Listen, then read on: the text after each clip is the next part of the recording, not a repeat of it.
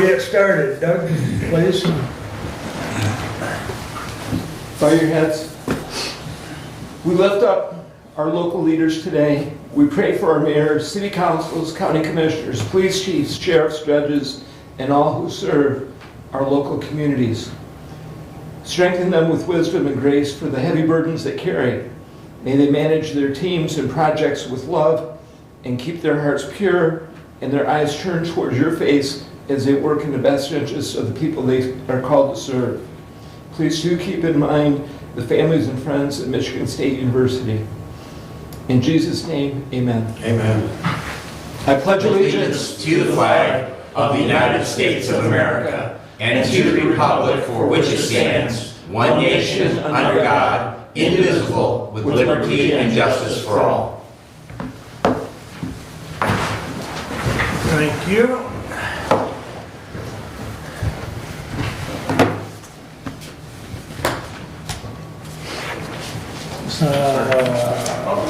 I don't know that I've ever seen Public comment. Yeah, quick, ain't it? That's what we run up to. It's like, I'll suspense with reading since we've got reading a rule on public comment, since I think, Stephanie, do you have anything for us? No. And Rob's on the agenda, so we'll move right along. Consent agenda. Entertain a motion. Move to approve. Support.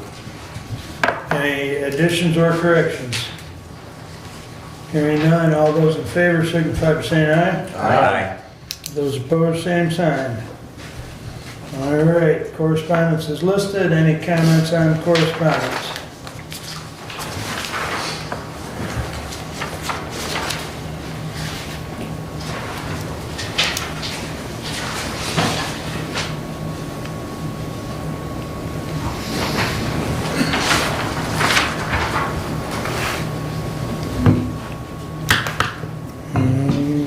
Okay. Hearing none, we'll move along to the regular agenda. Motion approved as presented. Support. Any additions or corrections? All right.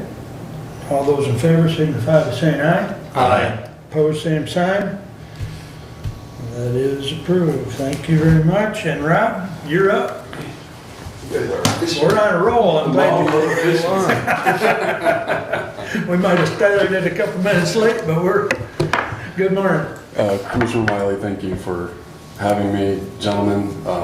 I appreciate your time this morning. I just wanted to, we at DNCI wanted to give you an update on what we're trying to accomplish. As you know, we acquired a grant from the USDA. It was a $6.3 million 50% matching grant. So the DNCI is putting up $3.2 million with the help of Southwestern Michigan Bank and Trust, and USDA is giving us another $3.2 million to make that 6.3, 6.4, whatever it is. That's going to get us 84 miles of fiber to about 1,400 homes in the county. Then the grant that we're going for now will only depend on that build out, and we're going to build out from there with this Robin grant. Robin is a program from the My High office, which is part of Labor and Economic Opportunity that was just created last year, and we're going for about $7 million in Hillsdale County of the $250 million that's been allocated for the state, and it was approved in last year's budget. And that will deliver 112 miles of fiber in Hillsdale County. For us to do that, we're not using overhead lines. Everything's underground. We're trying to future-proof it. To do that, we have to get a plethora of permits from every drain that we have to go under is $1,250 for us to the Drain Commission, because they have to have a guy on site watching us, making sure we do everything correct. The Road Commission, you know, every time we cross a bridge or go under a river or whatever, we have to get a permit from the Road Commission, make sure everything's done correctly according to their codes. These are all extreme costs. So what we're asking you, if you go through what I provided, and you can see the maps, but what we're asking is a letter of support. I believe I included a model for Eric Frederick, who's the director of the My High office. In your packet, there should be a letter, a sample letter in there. Yeah, it's, Yeah, so it'll have this and then the red. Just put the county's name in there if you guys are willing to offer us a letter of support. And in addition to that, we're asking if you would consider helping us with reimbursing us for the cost of some of our permits from the county's budget. And what that would do for us is it creates a public-private partnership. And when we submit public-private partnerships, it gives us more points to the state, which gives us a better chance of actually acquiring the grant from the Robin program. And what we would do, we would never ask you to pay anything up front. We would pay the fees for the different, sorry, my mind's slipping, but the different costs that are associated with, getting under the rivers and stuff. And then we would bring the receipts to the county for whatever number that you approve. And that would never be, we wouldn't, like if it was $10,000 you approved, it wouldn't be a one $10,000 chunk. It would be money over time. As we're drilling under the road and we have to get another permit, then we would bring the receipt to you for reimbursement. If you approve that, we would appreciate that. At the very least, we would appreciate the letter of support, knowing that this Robin program is going to deliver another 112 miles of fiber, mostly in Allen Township and Litchfield Township. And again, this is based on the build out that we've already have money approved for with the Reconnect 3 program. We have applied for a grant from the USDA again, which is another program they have called Reconnect 4. But the Robin grant, just in case we don't get that, we didn't use that as like fiber access, right, to continue.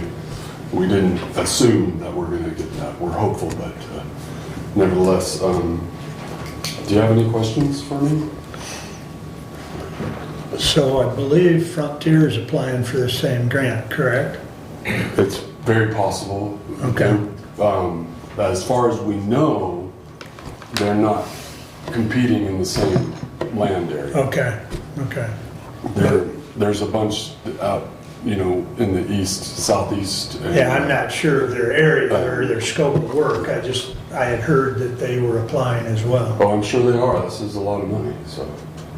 But That's it okay. is possible for two entities to get the grant money. Yes, but they wouldn't, it's not possible for two entities to get grant money for Litchfield Township, for Okay, example. I get you. Right? Either So as long as If it's in a Frontier different- was doing it, either Frontier would acquire it or DNCI. If the Right. state gives it at all, there's no guarantee Right. that the state will approve any of this. We're very hopeful, so. We already started, just to remind the commissioners, that we already started putting fiber in up to the village of Allen at our own expense and down to towards Cambria. I don't know if you've seen our trucks on 49 or out there on South Sand Lake Road. And then the winter's been very kind to us so far, so we've been able to continue to work, which has been really nice. Have you talked to the road commission yet? Yes, yeah. Dave Cleveland has very close communication with the road commission. and- Well, I just am questioning that because one of your requests was as far as the permits for under the road and stuff, and that is not anything that the county commissioners have any control over, is those permits. Those are all set and collected by the road commission. Correct. And we would pay the road commission. We're just asking if the commissioners would be willing, out of the county's budget, to help us reimburse us for those permit fees. We understand it's not the county that's charging us. We're asking for that, just to get that public-private partnership, those extra points, because every point is precious. So that would, the reimbursement, the relief, that's an IT committee, I believe, and primarily the budget with the drains, that we should have discussion. And that, I would think, is where that would come from. Yes, and I'll have to reach out to the drain commissioner Ward to, do you know the cost? Wouldn't like that. You said the cost for something a county drain is $1,100? $1,250. It's a $250 permit, and then there has to be a $1,000 bond because they have to have a man on site the man on site costs $140 an hour, so depending on how long it takes us to get under that particular drain. And they don't know the exact depth of every drain. Most drains they do, but not everyone's, and we have to make sure we're underneath. So there might be some digging, excavating. You know, we have all the tools to do this, but there's just a lot of, we've got to be very careful. And we know where a lot of like the gas pipelines are and other things, so we have tried to avoid that in mapping out which side of the road we choose to drill, for example. So. So does the permit cover for the whole county, every drain in the whole county? We have to, each drain. Per drain. Yeah, each drain. So you have to have a permit for each drain? Correct, yes, sir. $12.50 for each one? For each one. Yeah, the costs are, it's astronomical, so. It's about $66,000 to $77,000 a mile to put this fiber in the ground. And when you're in a rural area, And I think when I was at the, if I may, Yeah. at the road commission, when you spoke, the value for DMSI receiving the reimbursement is it provides more fiber in more homes, on the other end. When you are reimbursed on one side, you can spend more on providing the service that you're hoping to provide. right, well, yeah, so we're gonna spend the money that's allocated. It has to be spent on the projects. And so The relief will add to the program. absolutely, get us a little farther down the road or to people's houses if they, because the grants will provide for people to get access to their home, because we're doing fiber to the home. So we're gonna put a piece of glass all the way into the person's house and have the right equipment there for them to be able to have, up to gigabit, concurrent gigabit speeds. So, which is pretty remarkable. And with the advancement of technology and having been able to exploit copper, we're going to be able to continue to exploit light. So it'll just increase the abilities there.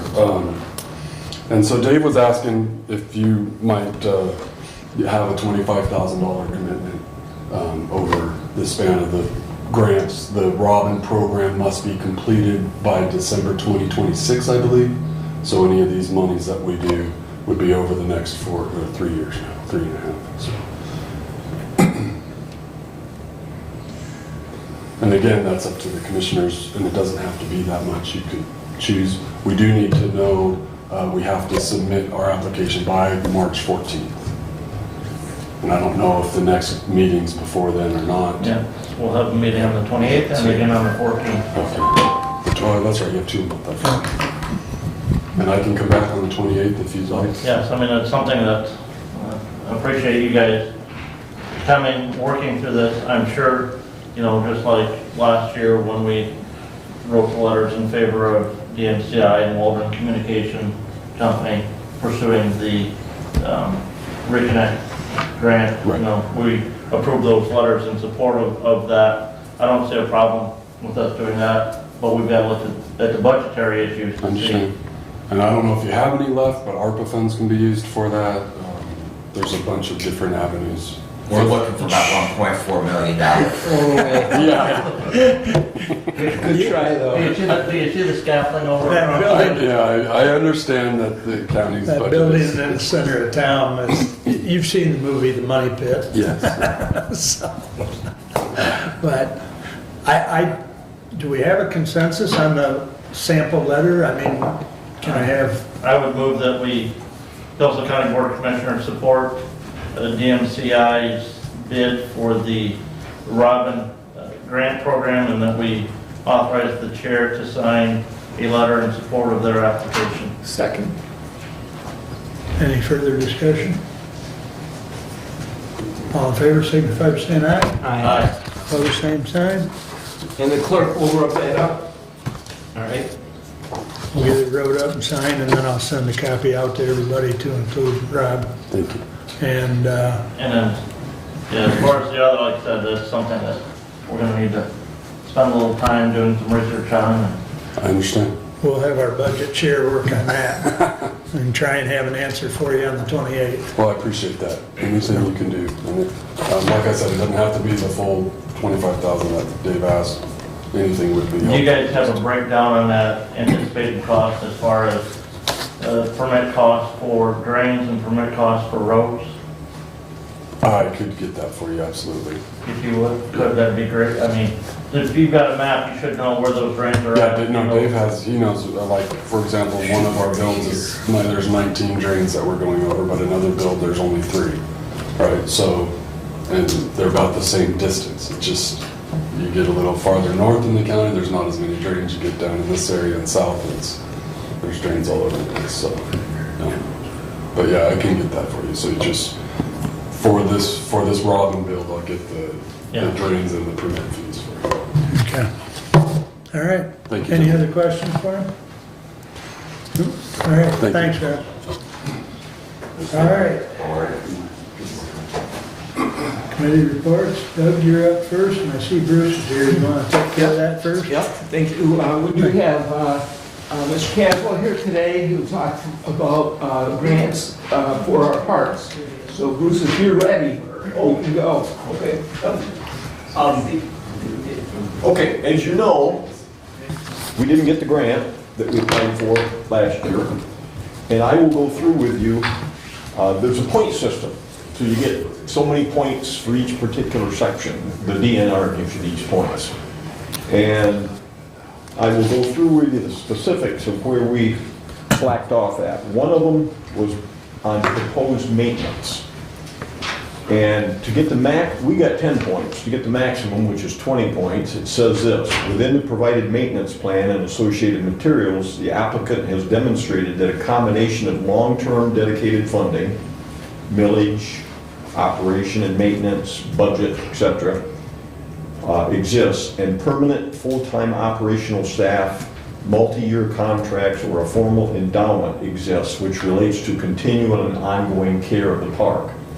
Now, I asked the lady, when I talked to her about this, I said, does that mean we gotta have somebody a permanent employee out there, full-time employee? She said, no. So, giving it some thought, what I can add to the contract is, we've got this fund through the Community Foundation. I called them, and there's about $12,800 in it. The amount of money that we get from that each year, we put towards the park. So I'll include that in the application. That'll be one thing. Also, the multi-year contracts, we really don't have that, but I will further emphasize that you guys provide, I don't know, what is it, $25,000, $30,000 every year for maintenance, something like that through your budget. This year it was 40, Bruce. It was 20? 40. 40? Okay, so 40,000. And I'll get with Derek on that to make sure that the numbers are right. But re-emphasize that as well, and we'll see what we can do. It's possibly we can pick up 10 more points. We either get to 10 that we got this year, or we get 20. There's nothing in between. The second thing is ease of access. I put down that you could get out there by automobile and by sidewalk. Okay, well, they want more than that. Well, I called around, and you can take Dial-A-Ride and get out there. When I called Key Opportunities to ask them if they would write a letter of support, which they've done, I asked Julie if they would be able to transport their people out there on their buses. And she said absolutely, and so she included that in her letter as well. And I asked the gal from the state if we put in their public transportation, will that get us more points? And she said yes. Well, we got 5 points. If we include that, we'll get 10. So that's 5 more points. So better than nothing. The next thing is sustainable design. And sustainable design basically is a whole bunch of do-gooder stuff about, you know, we're going to work with these things and they'll be good for the next 20 years, and we'll do this and we'll do that. And they included this year in their packet what they want in terms of sustainable design. A year ago they didn't say anything. So I took everything out of there that would possibly relate to us, and I'm going to include that in our application as well. Now, we got, on this sustainable design thing, we got 40 points. It was possible that we could get 70. So I put in, I think there's 5 sustainable design things that I've put into the application this time around. And if they accept that, we could get up to 25 additional more points. We could get 15, 20, or 25. So that's another area that we can work on.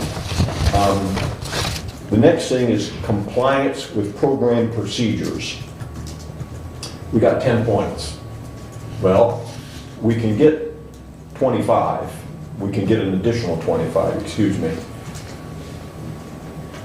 Back years ago, the back part of the park, there's a small little basketball court back there. There's what was supposed to be a softball field, and there's a pavilion and a small playground. That was put together with what they call land and water conservation funds. Okay, that's money that comes from the feds and flows through the state. When you have a project like that, you're supposed to have a plaque up that states this is where the money came from. Okay, well that's out there, and I took a picture of it, and it's in our 5-year plan. Now I assumed, and that word can get you in a peck of trouble, that they would look at the 5-year plan. Well, they didn't. And not having that picture, or at least not referencing it in the application for the grant money, basically cost us 25 points. Okay? The picture was there, we've done everything right, I just have to make sure that they know where it's at so they can find it. That one would be pretty easy. One thing you guys are going to have to decide, and a year ago you did, we as a county are in the middle third as far as income goes for the state. We're in the middle third. We can get 10 points if we match with 26%. If we match 25%, we get nothing. And 25% is required. You got to match that much. We get no additional points. If you go to 26%, you get 10 points. If you go to 30%, you get 15 points. And then if you go to 40, you get more, and 50, you get more. So one thing you guys are going to have to decide is whether or not you want to, last year you stuck with, you put 26% in, so we picked up 10 points there. Do you want to go to a 30%, and that would give us another 5 points, okay? Now, 10%, or excuse me, 26% would cost you about $84,000.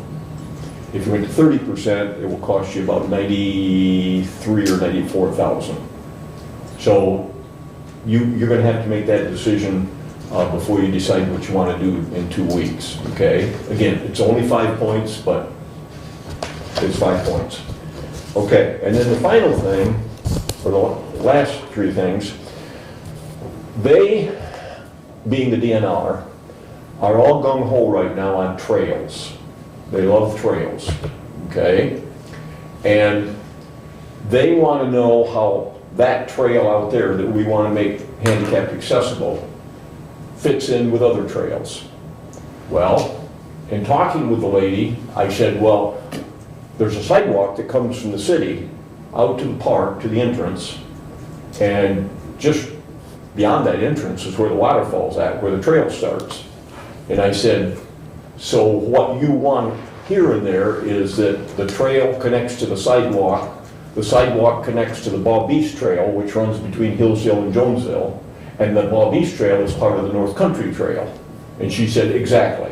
I said, okay, well, I can say that. So that's what I'm going to do. I'll put all that in there, okay, and explain that that trail is not just isolated by itself, but it connects, and they get all excited about that and give you lots of extra points if you do that. Okay, and so that will be put in. Oh, the other thing is, they asked in the grant last year if we were going to use universal design. And I put down yes. Well, what universal design is, it's a step above ADA, Americans with Disabilities Act. The ADA, for instance, says that when you have a slope coming down to something, it should be 5%. Universal design says it's less than 5%. It's more friendly to the person with the disabilities, okay? ADA says railings should not be any higher than 36 inches. Universal Design says 32 inches. So they want all those particulars. The bridge that will be built over the waterfall, if it's rebuilt, the bridge needs to be 6 foot wide. ADA says 4 foot. The trail needs to be 6 foot. That's the kind of thing they're looking for. So I'm including that in the grant, and we can pick up a slew of points from that as well by specifically explaining what universal design standards we're going to put in place. And I've talked with a dock company about, and we're going to have to bid all this out, but I've talked with a dock company about, can they do that? And they said, we can do anything you want to do. And I got them to put it in there. It's not a bid that I got, but just a ballpark number as to what it would cost and everything. So we've got that set up as well. And the final thing is parking spots. Right there by the waterfall, there are, I believe, three spots for parking. They want, the DNR wants as many parking spots for the handicapped as possible. And I said, well, there's only 3 there. And I said, everywhere else in the park, people just park along the road. And she said, well, can you designate some parking spots at the community center where the building's at? And I said, well, yeah, I guess we could do that. And she said, that'd be good. She said, designate 2 or 3 spots over there along with at the waterfall. And she said, you'll be set. You'll get extra points for that. So that's where we're at. It was partially me not understanding what they wanted, and partially me not explaining things that we already had in place and didn't direct them to the right spot. So that's where we're at with this. Again, the time frame, if you decide to go ahead with it. Oh, we had a public meeting, and Doug was there. The public meeting went pretty well. There was one individual there who said that if we fix up the trail and make it 6 foot wide, that the trail's just going to wash down into the water. And so I put a little bit of money in. I have no idea what it would cost, but I put some money in, $25,000 in the grant to shore up that trail along the side. I'm not sure how that will look, but I can tell you that I went out this past winter. I got a guy to come down that does dredging and does work around the outside of ponds so that they quit eroding, and we're talking millions of dollars to get those ponds taken care of. It's not cheap by any stretch. However, the state came up with a new grant called SPARK, S-P-R-K, and this new grant apparently was funded with money that the federal government doesn't have, but gave to the cities anyway. And they allocated, it was either 65 or 85 million dollars into this SPARK grant. There is no requirement for a match from the local unit of government. You just apply for the money. Well, the first round of grants were opened up back in October and have been awarded.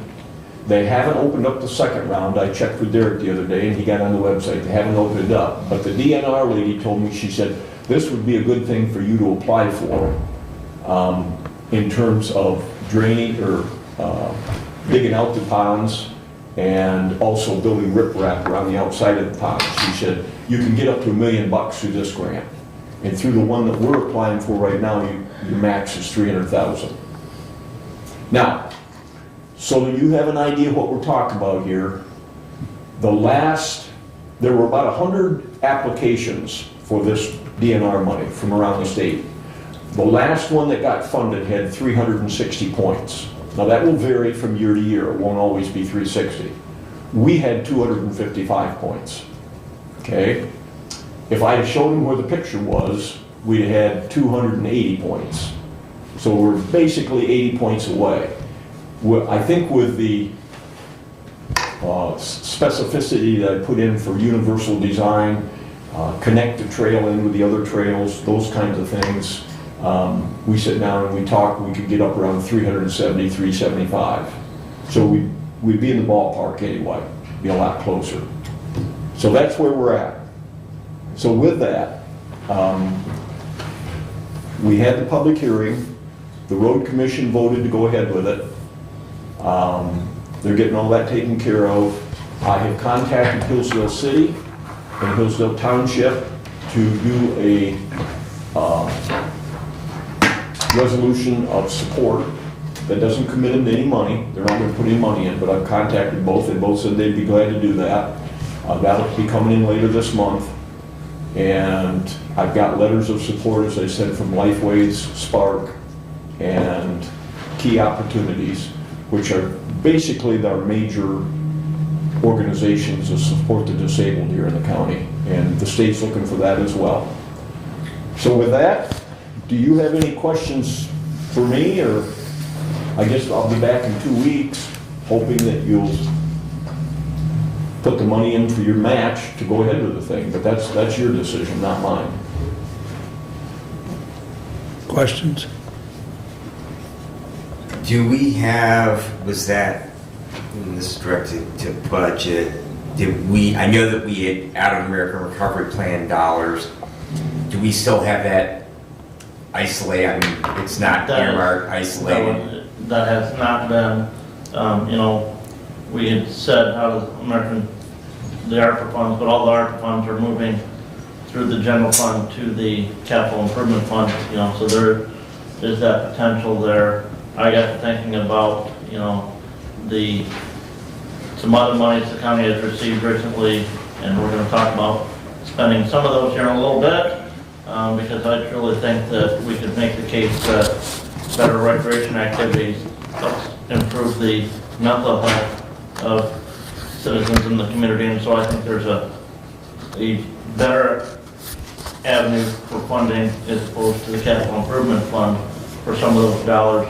I do appreciate the work that Mr. Caswell did, not only last year, but also working ahead. I'm glad to hear that you talked maybe about pursuing that Spark grant.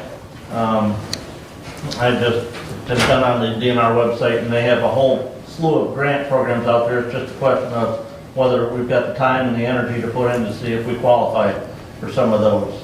It's been made very plain to me, and I'm not always the quickest one to catch on. You got to kind of wrap me side the head a few times. You aren't going to get any money to dredge your ponds out of any of the grant programs that are out there currently, other than this Spark. That's a new one, and it'll go away when the money's been allocated. It's been made very plain. They're just not going to give money for that. So if we don't get the money through Spark for dredging, then we're going to have to be thinking about something else if you want to go ahead with that. Mm-hmm. And the guy I had come down, he does dredging over at Lake Somerset. They gave me his number and everything, and he came down and looked at it, and it was very expensive. So Even the partial. play the lottery and win a couple $1 million. Even if we do a partial dredging rather than a complete with all the riprap, if we dig out the center of the pond or a portion that would help some of the species. He said on the little pond, this guy that came down, he said on the little pond, by doing a partial dredging, which is what the DNR guy said would make the most sense, that would cost, just the dredging would cost $185,000. And that's the small pond and back. If you want to put riprap around the outside of it to keep it from filling in again and everything, then it's going to be more on top of that. So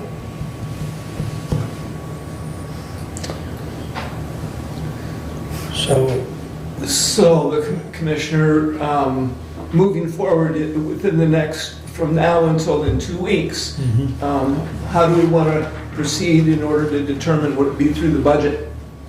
Yeah, we'll have to meet and figure out where, I mean, because this would be funding that we would need to commit for 2024. if you want to go ahead with this, we have to have everything in by April 1st. The state will come out with preliminary stuff September, late September, and they'll send it out to you. And you know, if you think they've made any major mistakes or are missing anything, you can point that out in September. Then they make their final decision, the state, the DNR board, in mid to late December. And the legislature then has to approve their recommendation, and that will take place in late December or early January. You won't get the money until next year. So it won't affect your budget for this year. Okay. Budget will bring back a recommendation at the next meeting then as far as how we're gonna do that. Does that sound? Unfortunately, you know, you guys start putting your budget together, what, July, August, somewhere in there, Yeah. and we're not gonna know at that point. Right. But again, I appreciate the work that you're doing on this for the county. It's greatly appreciated. Well, you know, I told them out at the road commission, I said, I shot my mouth off sitting here as a commissioner and said I'd do the 5-year plan, and I did that, and then it got approved and everything, and all of a sudden now I'm doing the grant applications, and I didn't shoot my mouth off on that one, but I said, so if you want to get somebody else to do the grant applications, or if you don't want to do the grant applications, it's no skin off my nose, so. Yes, and Commissioner Angles and I talked about, you know, the North Country Trail and the ease of access, you know, from the North Country Trail to the park, and maybe we can get the city and the township to allow us to put signs up indicating the connection way there between the two trails, and that would help in that application process. Tanner? Some more signs or plaques that he can add into his. Thank you. Can you forward it? Well, I got it. North. All right, we'll try and have an answer on the budget part next week, or I mean, next meeting. Okay, do you want me to come back to that meeting, or do you want me to just stay away and let you do your job? Roughly, I mean, so you've increased that proposed cost by that 25,000 to try and build that up. No, the cost, I got, a year ago when I applied for this, We were on that same. the folks that I got the ballpark numbers from on the docks gave me a price of about $119,000, because at that point in time, we were still in COVID, and everything was expensive as the devil, and you couldn't get anything in, and so on and so forth. Well, this year, covering everything, they're at about 87 or 88,000. So the difference between that and what we had last year is what I'm putting towards trying to shore up after I heard the concerns at the previous meeting, the road commission meeting. That's the money thought I'd put towards shoring up that So our dollar trail. commitment would be similar then to what It'd we be looked pretty at similar, here. about 324,000, and you'd pay X% of that, whatever you choose to pay. Doug? So with the points as we saw last year, and how we were under what that, you know, the top 30, you know, so to speak, that received, when they move out, does that move us up? Well, every year's different. So there'll be new applications next year. And the cutoff next year might be 320 points. It might be 400. You don't know. It's a dollar cap. There's a dollar cap. This year they had about $8 million to spend towards development projects, which is what ours is. And so when the money's gone, the money's gone. Now, no entity can get more than $300,000 from the state. So if you take 300,000 into 8 million, you get about 30 projects, okay? So that's probably where we'll be at. Well, where that 30 will fall point-wise depends on how everybody writes up their application and how they get graded. Steve? If you're awarded a grant, say you're in the top 30, and you're awarded a grant, can you come back and apply for a grant the next year? Yes. And the next year, and the next year? So potentially, the top 30 can always be the top 30. Well, the point here is that in this point system, they ask whether or not you've received a grant in the previous 10 years. So does that take points away from you? They don't take points away from you, but if you haven't received a grant, you get points. So like our application, we would get points. Okay. If Joe Schmo got a grant this year, next year, they wouldn't get additional points. Interesting. Okay, any other questions?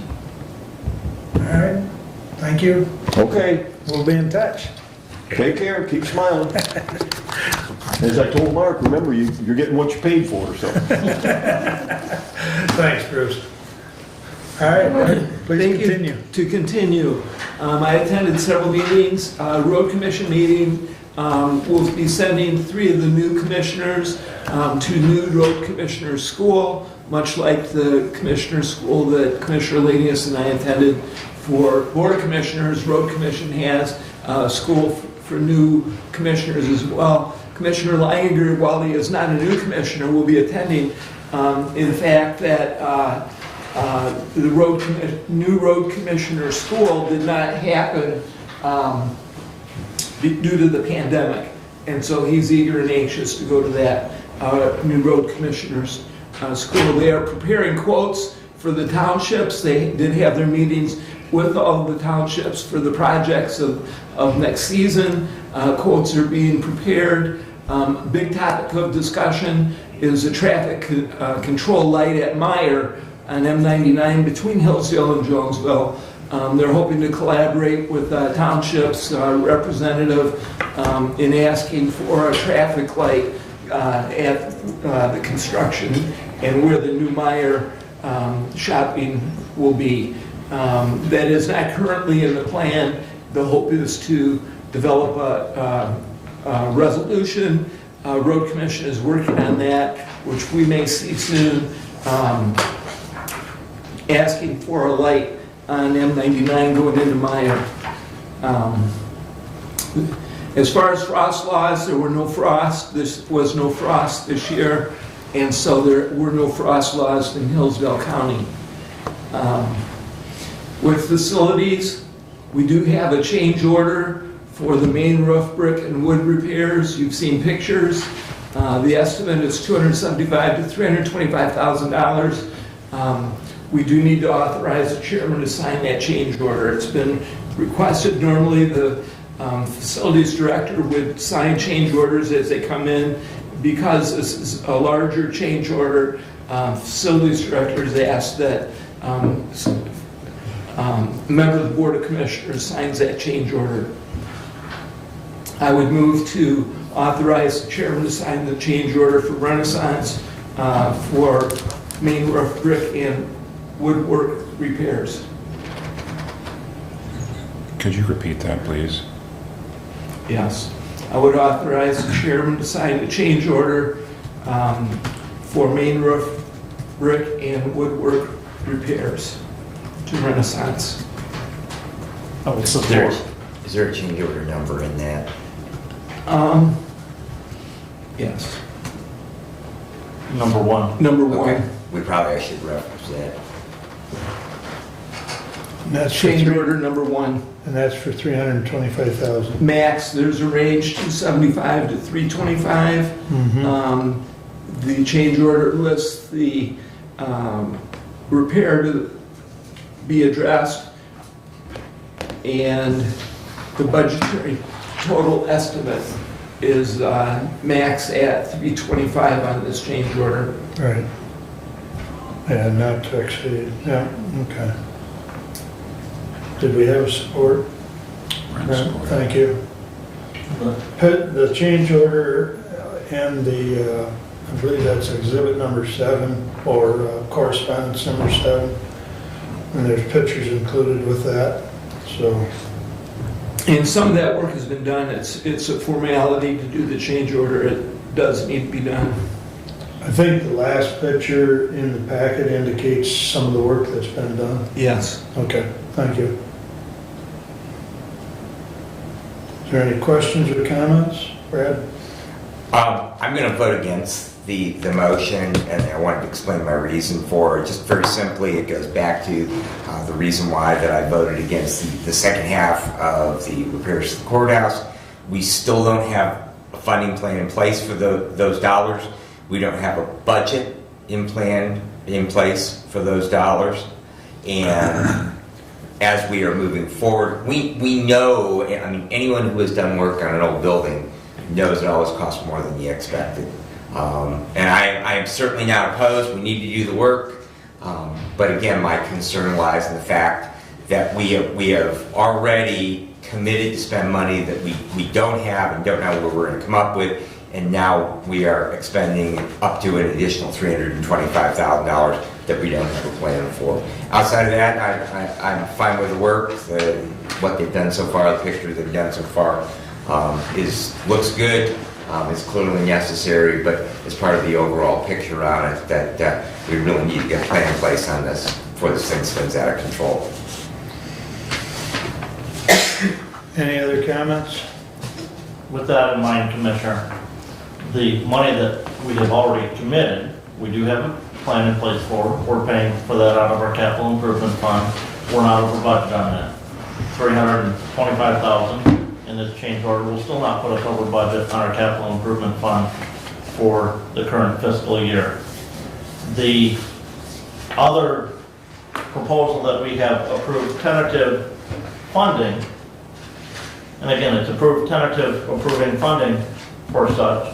We haven't really pursued that funding yet till we know exactly what other things are going to come up that we're going to need additional funding for as well.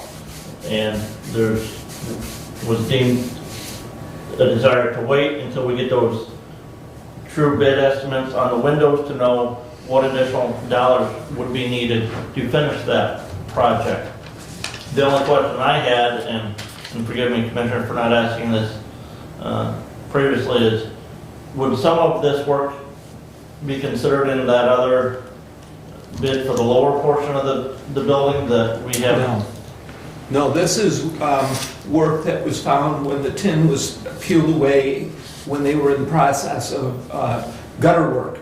And when I went up on the scaffold and I did see a portion of that, it was quite clear that, definitely it needed to be addressed. And as they, on the roof line, went around the building, and you'll see there's plastic up there right now where they're bringing heat so that the brickwork can be done in this under temperature weather. As they went around the building, they found that spot was not an isolated spot, that it is the wood surrounding the gutter.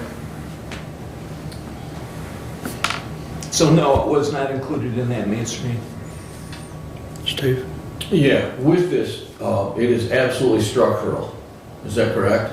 Yes. This is structural. So it's not a question of whether we can or we can't. I think at this point in the game, it's a question that we have to. I mean, if it's a structural problem, I understand your point, very well taken. But if it's structural, we're already committed in this deep now. This is not a cosmetic. It's not a cosmetic because thing. it would look good. Yep, this is something that has to be done in order to continue the project.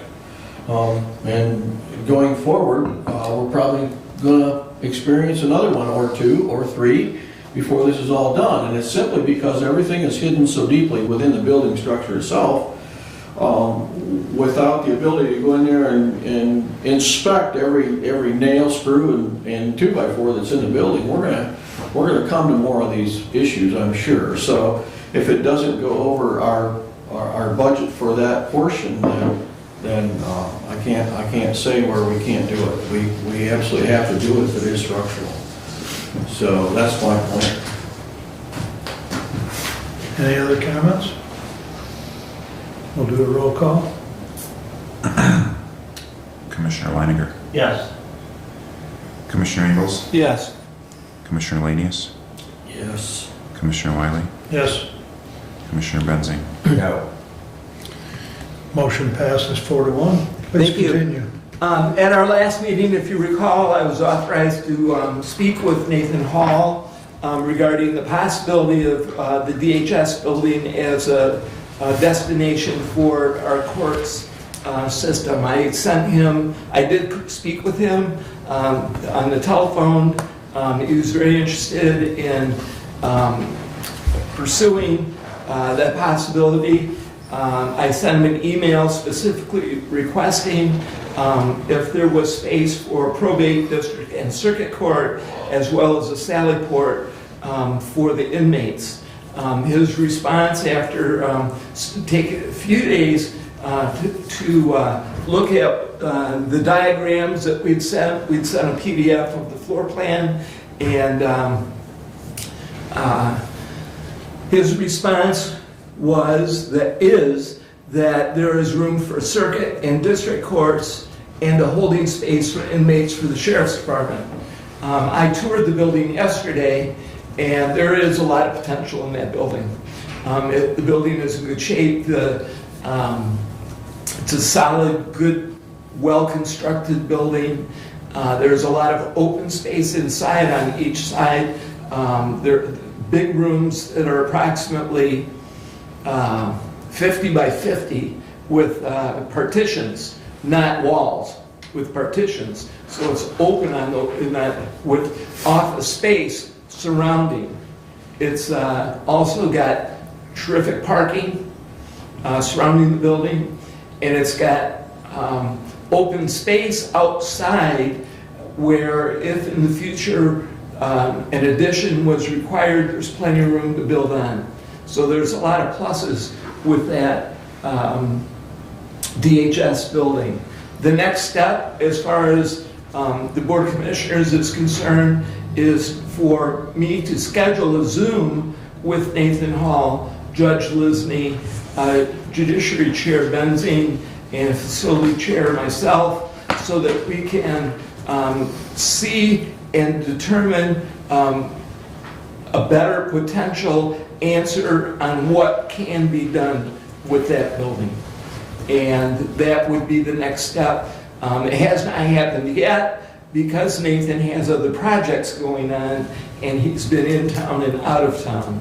But that would be my hope, is to schedule a Zoom to find out better. We do need to find the correct destination for our courts, and this is a good possibility, yet there are too many questions at this time to make a decision on whether that is really, or another option is a better option. We don't know enough information yet, so we do need to pursue with NCSC.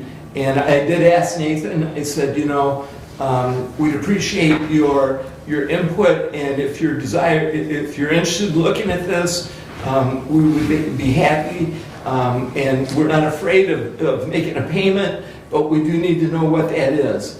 And he did not indicate any payment at this time. It would depend on how far along the path, you know, we decided if that's a project that we wanted to pursue. So at this point, there's no cost. And so if the consensus is to set up that Zoom, I will make that happen. Thoughts? Want to talk about anything? Yeah. I don't think anybody's got a problem with at least doing a Zoom. So I think you've got your consensus. There you go. Thank you.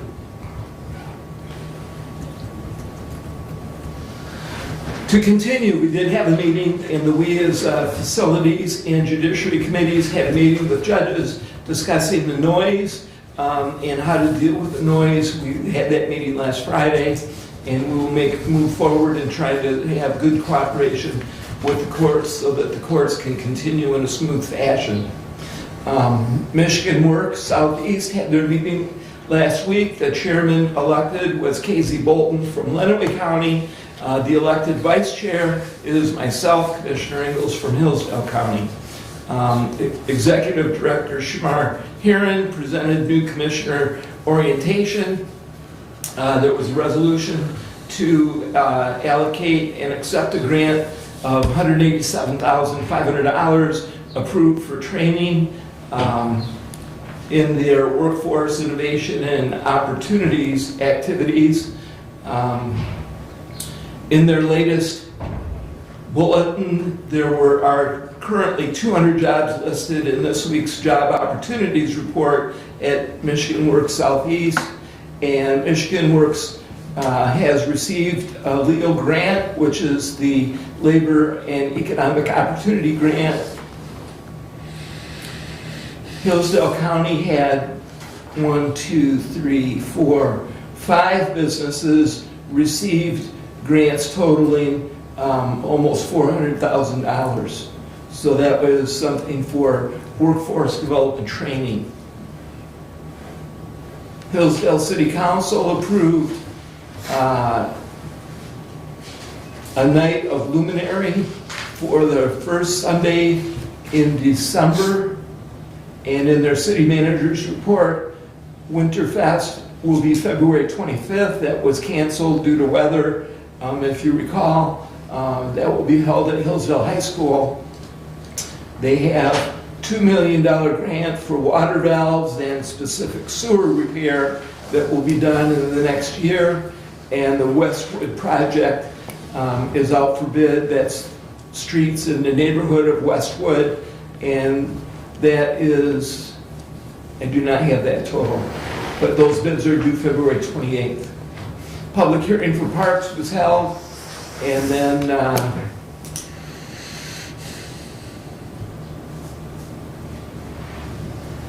we have received an updated proposed purchase agreement from Pago USA. That completes my report, unless there's questions. On that, Commissioner, I would move that we remove from the table the motion to accept the offer from Pago USA for the sale of the courthouse annex.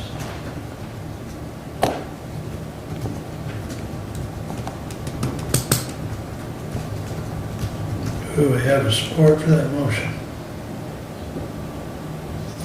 I'll support that. Thank We you. should have discussion on that, right? Point of order, the motion to table or to remove from the table is not just debatable. We would have, Right, yeah, but to get it back onto the table for further discussion is worth the discussion. So we have a motion and a support. All in favor signify by saying aye. Those opposed, same sign. Aye. Passes 4-1, it's off the table. and Commissioner, Please continue. if I may, I would move to amend the motion by striking the formal language and replacing it with, we authorize the facilities chair to send the current offer from Pago USA to our legal counsel for review.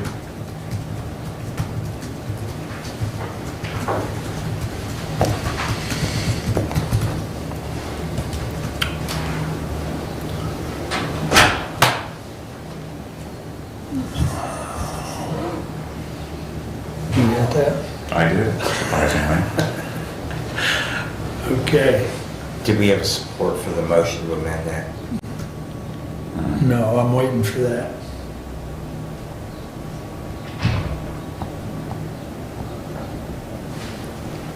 Steve's thinking about it. Yeah, I'm thinking about it. You want to say it again? Run it by me.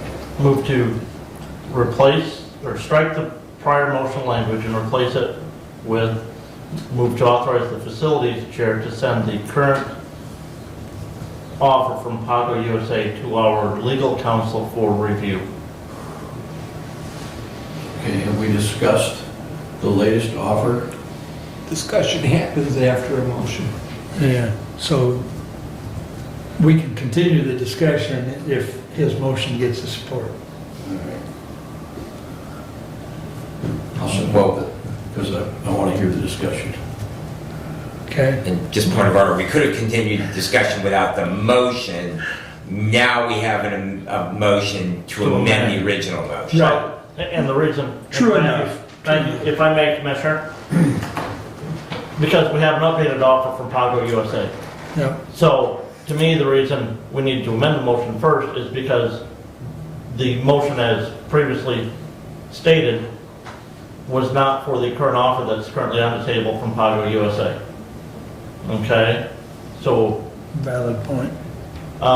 and the reason I want to send it to legal counsel for review is because of some of the terms that were presented in that offer from Pago USA regarding leaseback provisions that are being offered to the county. I want some clarification on that from legal counsel before we proceed further with accepting or rejecting or countering said offer.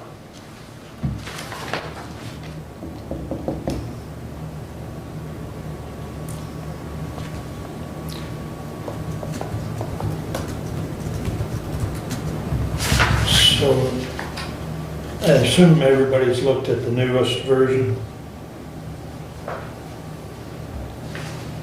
To highlight the differences, Yep. the new offer had an extended use of the district court from 3 years to 5.5 years. Still, after 2 years, they would like access to the second floor so they can begin their remodeling. They, after 3 years, would like rent paid by the county of $600 a month. And after 3 years, they would like the county to pay the equivalent of what the value of the property taxes are. I did go in and spoke with Equalization Director Nick Wheeler yesterday. That number of dollars is $10,000 annually. So $600 times 2.5 years is $18,000. $10,000 times 2.5 years is $25,000, which would bring the commitment to $43,000.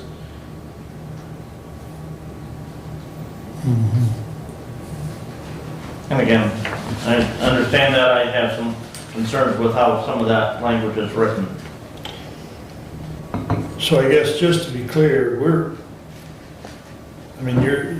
your motion or your thought process is to have this reviewed, but in no way we're authorizing to sign this. No, correct, or- again. Right. Again, I that just want to be language, clear. just have it reviewed by legal counsel. Because one of my concerns of this current proposal, one of many, is that the closing shall take place on or before Friday, February 24th. Not happening. And we all know closing dates can be moved. Right. Generally, Commissioner, a lot of, and I forget what date that was signed, but a lot of purchase agreements are written so that Right. it'll close written to close within 30 days of the written offer, but that never, Yeah, actually, there wasn't even any date filled in by Renaissance as far as,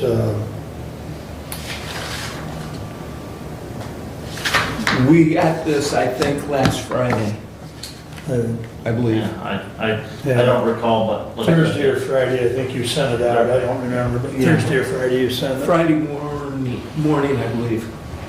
We pay professionals at times for reasons, and I believe that this is a reason that we seek that proper legal counsel. Any further discussion on sending it to the attorney? All those in favor signify by saying aye. Those opposed? Aye. I'm gonna just ask for a roll call so I don't have to try and do, it's either that or call for division, so roll call. Commissioner Ingalls? No. Commissioner Lanius? Yes. Commissioner Wiley? Yes. Commissioner Benson? No. Commissioner Leininger? Yes. 3-2, I believe. 3-2, so please send that to the attorney. If I may, Commissioner, that was on the motion to amend. Now we, Thank you. Now we have to vote on the amendment as a whole. Might as well do that on roll call, otherwise I'm gonna be asking for division, or somebody will.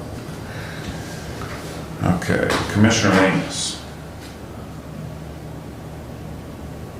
Yeah. Commissioner Wiley? Yes. Commissioner Benson? No. Commissioner Leininger? yes. Commissioner Ingalls? No. All right, now we're good. 3-2, same as previous, so now it will go, the most current form will go to Tom Thompson for Okay. review. Okay. Thank you. Sir? Then when we do have it back, Mr. Chair, I would suggest that perhaps we consider a closed session to discuss. Commissioner, we may be able to go to closed session to discuss legal counsel guidance, but we cannot discuss sale of property in closed session. Correct, but it would be a legal opinion that we are discussing. That is a good point. So, yes, I would concur with that. Agreed. Okay. All right. That keeps that one moving in some sort of direction. What else you got for us, Doug? I'm happy to answer questions. That completes my report. All righty. Any questions for Doug?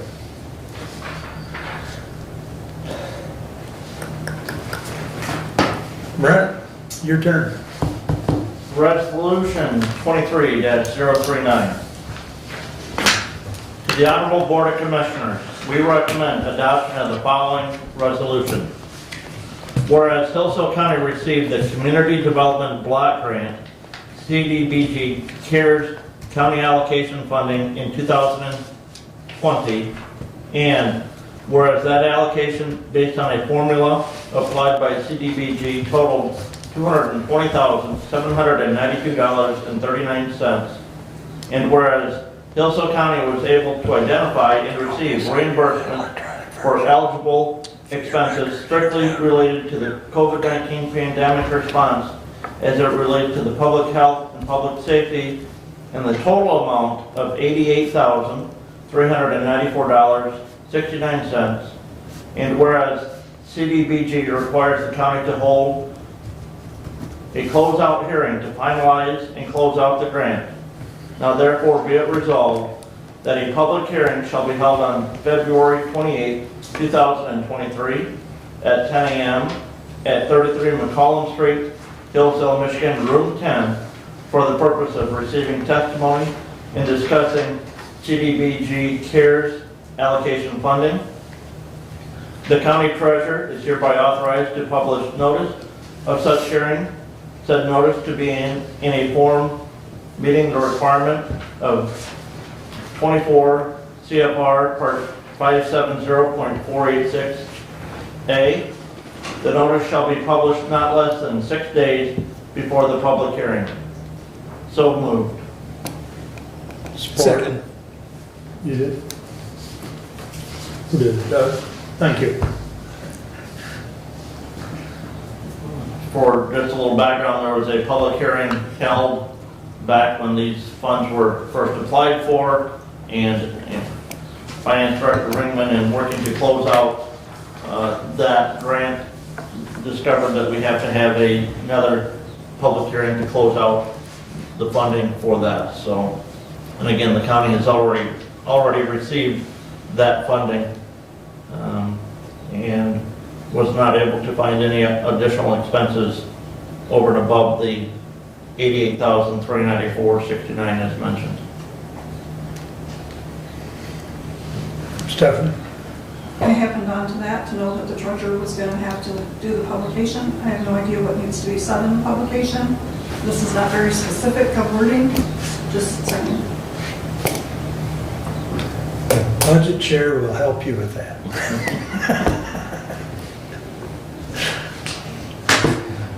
Which probably will actually roll to Derek. Derek probably already has that prepared. You know, it usually says what the font needs to be, how large the ad needs to be. I have nothing to tell you. Yes, I will have to get with Mr. Ringman to get that. Okay. Very good. Thank you.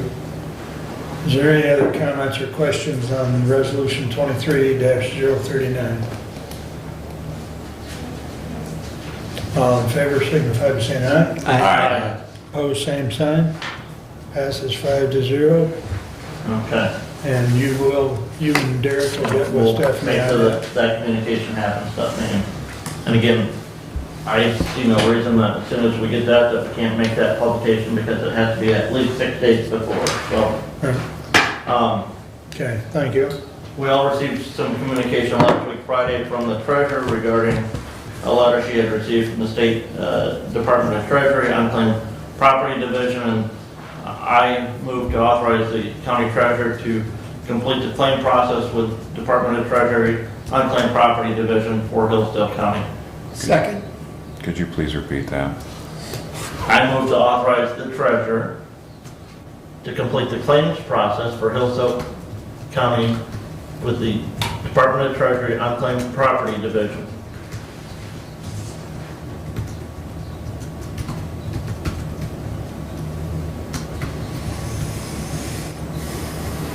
Who supported? And I also need a letter stating that either notarized or with a seal. Doesn't your form have to be, the form has to be notarized, I thought, that you signed? Yes, I can get that notarized, but there's also has to be a letter of, if you look at, I don't have it up here, just a second.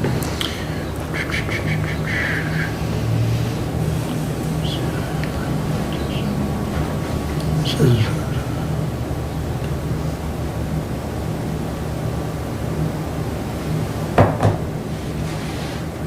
I saved it, but I'm not sure where I saved it at. according to your email, we have section B, page 2, I think, addresses. Right in the last paragraph of that.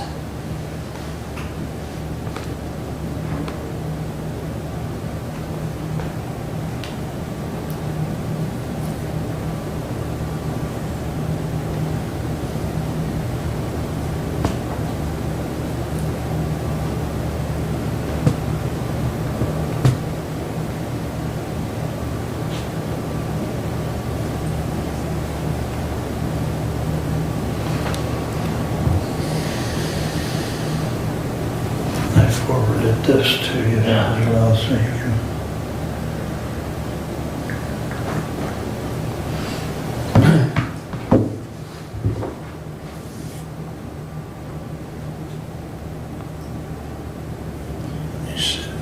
You find, Please provide proof of authorized Yeah, to claim on behalf of this business. Example, the authorization may include a letter from executive of the company authorizing you to claim on behalf of the company, which is either notarized or contains a corporate seal.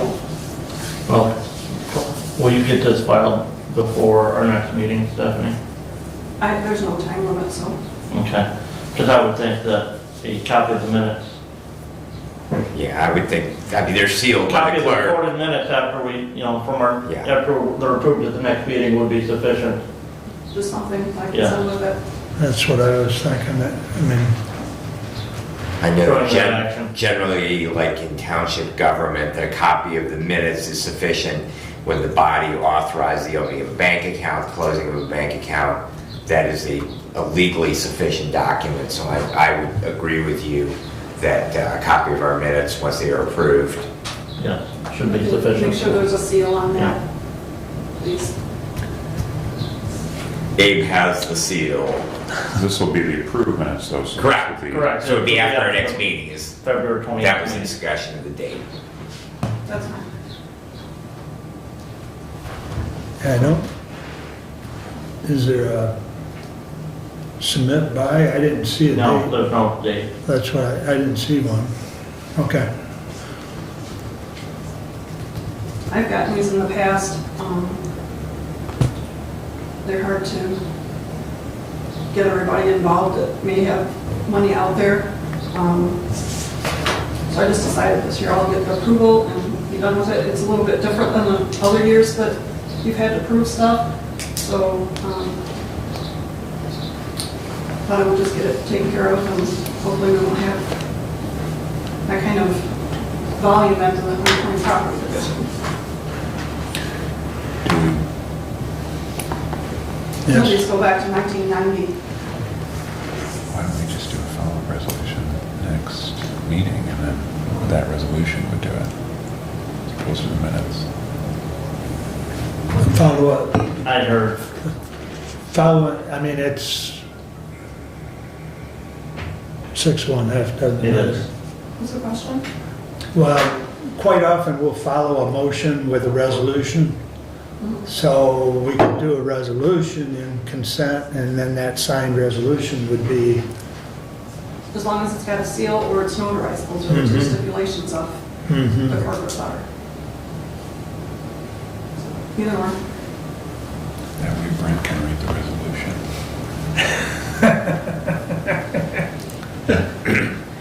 I think that's a good idea. Did we vote on this yet? No question on the floor, sir.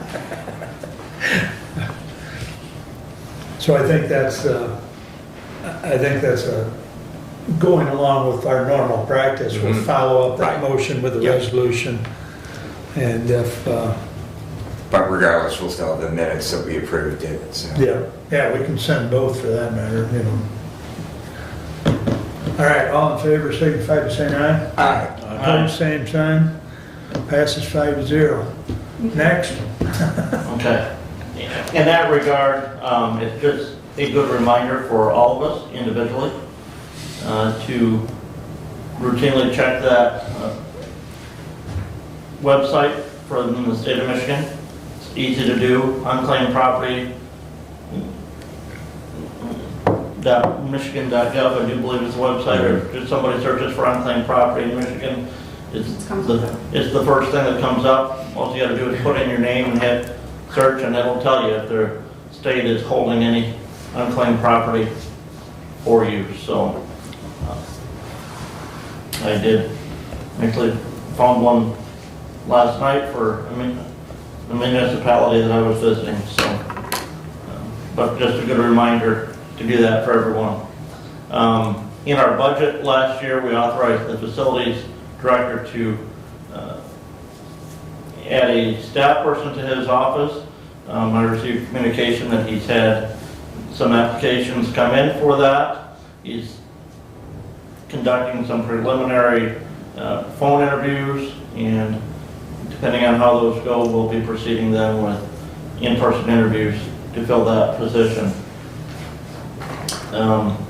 At our Board of Health meeting in January, much like Commissioner Engels, who was elected vice chair of the Michigan North Southeast Board, I was elected chair for this year of the Ranch Hillsdale St. Joseph Board of Health.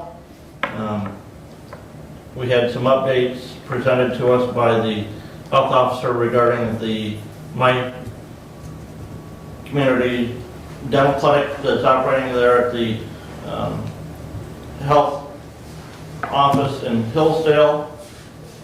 The end of last year, and they opened in October. From October to December 31st, they had 1,039 appointments at that office. Of that 1,039, there were 711 different individuals who were treated for care at that office. From January 1st until been Tuesday night before our Board of Health meeting, which would have been about the 23rd, memory serves me right. In the month of January, there were 312 appointments from 309 different visits at that clinic. So it's a good thing to have that clinic back open and functioning here in the county, and just another opportunity for residents to obtain that dental care. One of the things, and I know Commissioner Wiley has received this request from the Health Department, and we will probably be discussing at our Board of Health meeting next week, is potential funding from the 3 counties to the Health Department to develop some opioid training programs that we can use in our school districts. The Health Department does currently have a video program that was produced and that they use in training for vaping in schools, and so we'll be asking the health officer to prepare some more information for us to review so that we can make that formal request to the counties to consider that funding for part of the opioid settlement payment that each county is receiving. That is my report for now. Go ahead. Thank you, Mr. Chair. In regards to the education programs in the schools, and I do know that the health department does have an individual who comes through our prevention works, but we already do have Chris Firestone. She's the coordinator for prevention works from Lifeways, and she is already in a number of the school districts, and I just want to make sure that we are integrating anything that we do in our county schools with efforts that we already have underway, because I appreciate the efforts very, very much, and I think that's what a portion of the opioid funds are directed for is education on those issues. I just want to make sure that we're not duplicating things so that we're spending the money twice. We're covering the same pools of people and spending money twice. So.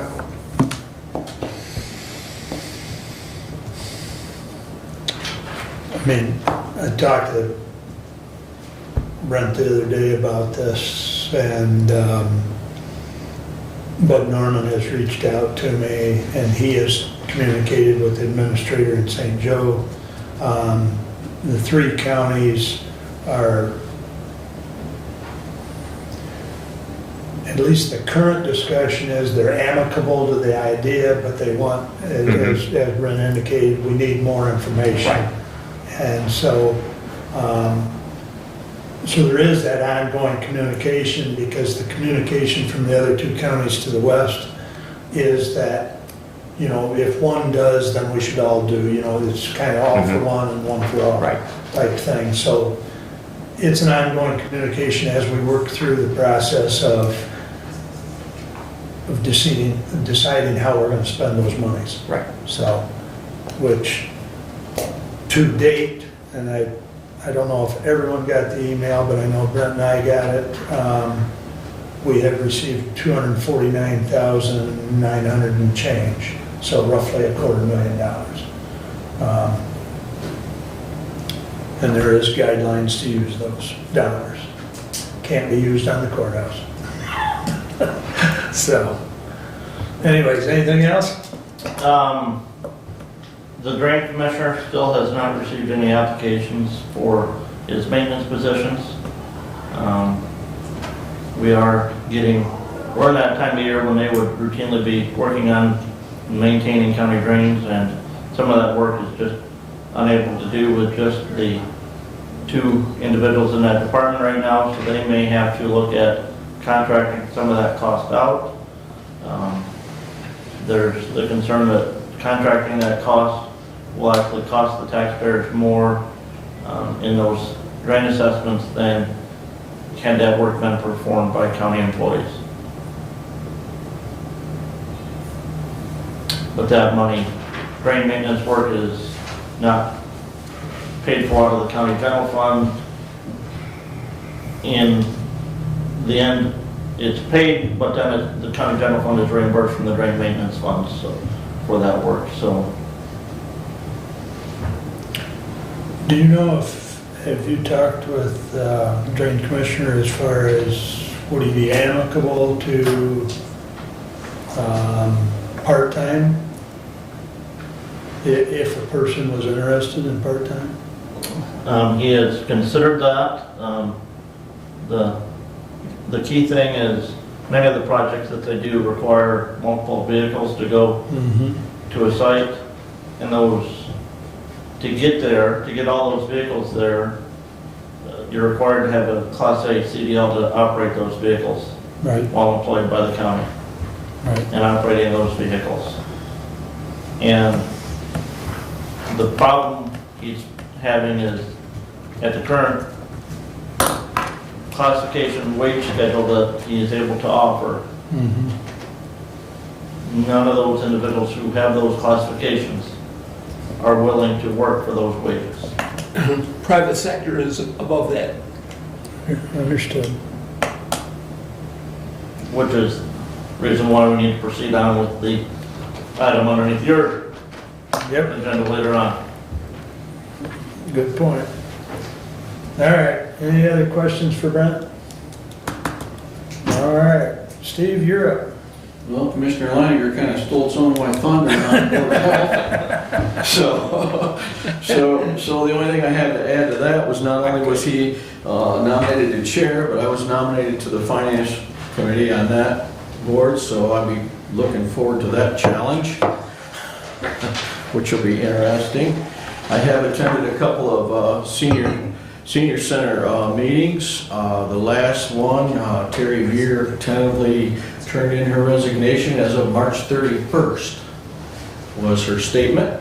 So the board didn't elect to reject or acknowledged that for a fact yet, so we're waiting to see where that's gonna head out. I know that there is a bunch of restructuring in the management out there. There's gonna be some personnel changes from one position to another, so I'm waiting for another meeting on that to see where the board decides on how that's gonna go. They did put a commission together to go over some of the positions and their financial compensations for each position. So there's going to be a lot of shuffling and restructuring going on out at the senior center.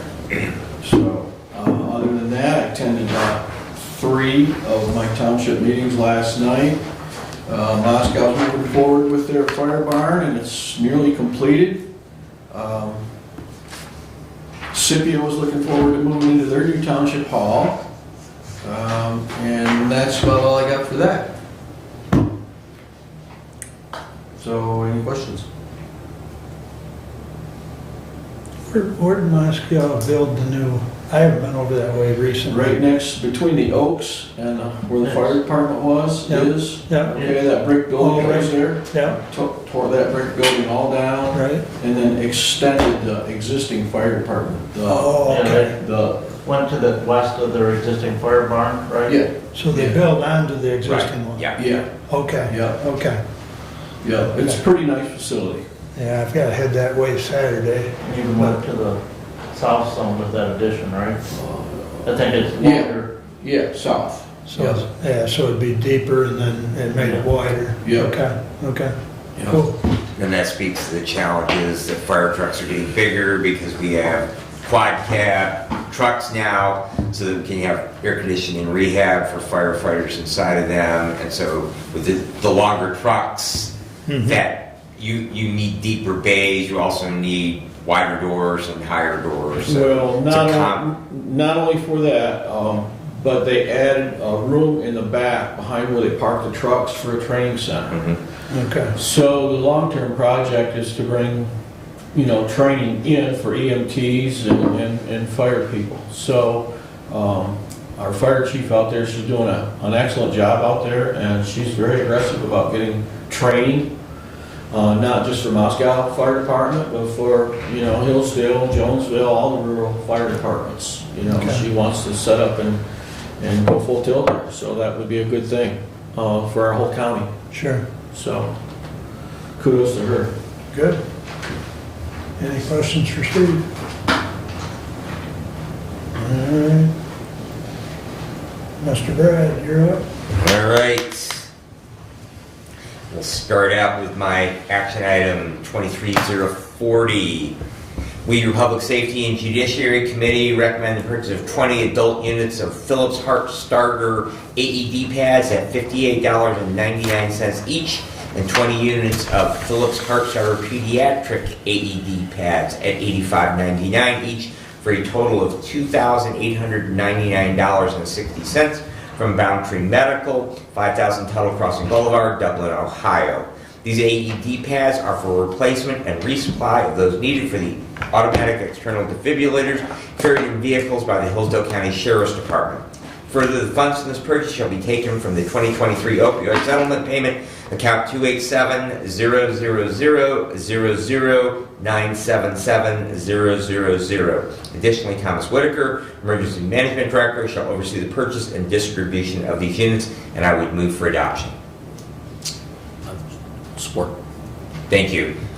Just a little background on this. The AEDs that are currently carried in our sheriff's vehicles were acquired under a grant application when Sheriff Parker was our sheriff.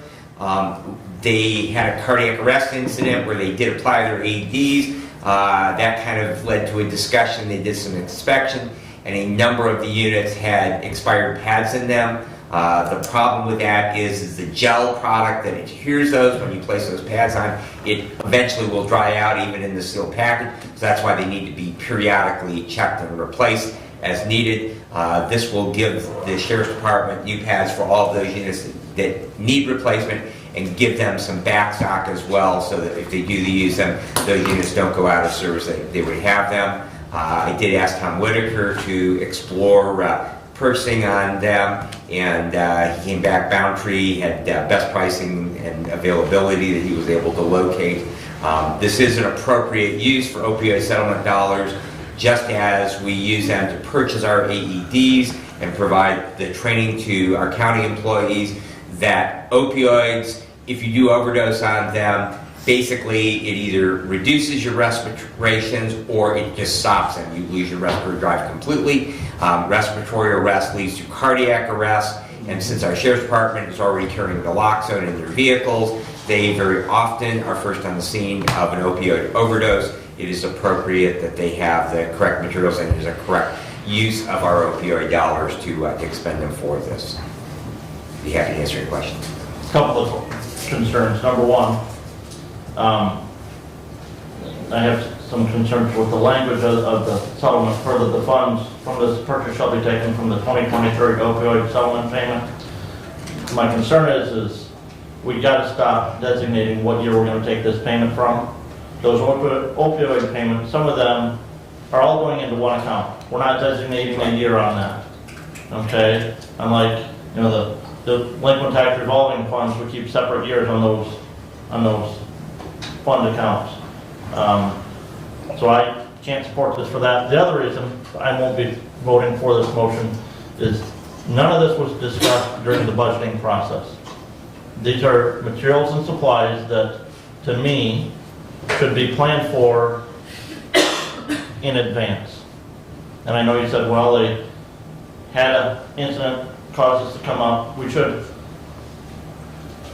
because the sheriff has a budget, we should build for things like this in that budgetary process. That wasn't done. And at this time, I can't support saying, well, we're gonna just take it and spend it right now for that need. May I speak to that? Please. So, as far as building into the budgeting process, I understand completely your concern on that. It is very similar to 2 years ago when I discovered that the AEDs that we still had in the courthouse, which were purchased a number of years ago, they had similar expired pads in them. The problem is that in the past, we have not had a good tracking and oversight on that. Part of the reason why that we have asked that facilities take over oversight on all of our county AEDs is that way that we can have a checklist that they are getting checked. I can tell you that in all of our various EMS agencies, whether they're fire-based or private, around the county, that they will have regular, every time that unit goes into service, there are certain checks that are made. There are also certain checks that are made on a recurring periodic basis. We are trying to implement those things, and so consequently, it was an oversight that was caught. It is not something that the Sheriff's Department uses every day. They are trained in CPR and they are trained in AED usage. However, they don't have, they're discreetly aware of the things that they do as law enforcement officers. They are not necessarily discreetly aware of the things that they need to do with that component. So we are trying to place some controls in it. And so to speak to your concern in regards to why they weren't part of the budget, I fully understand that. They should have been.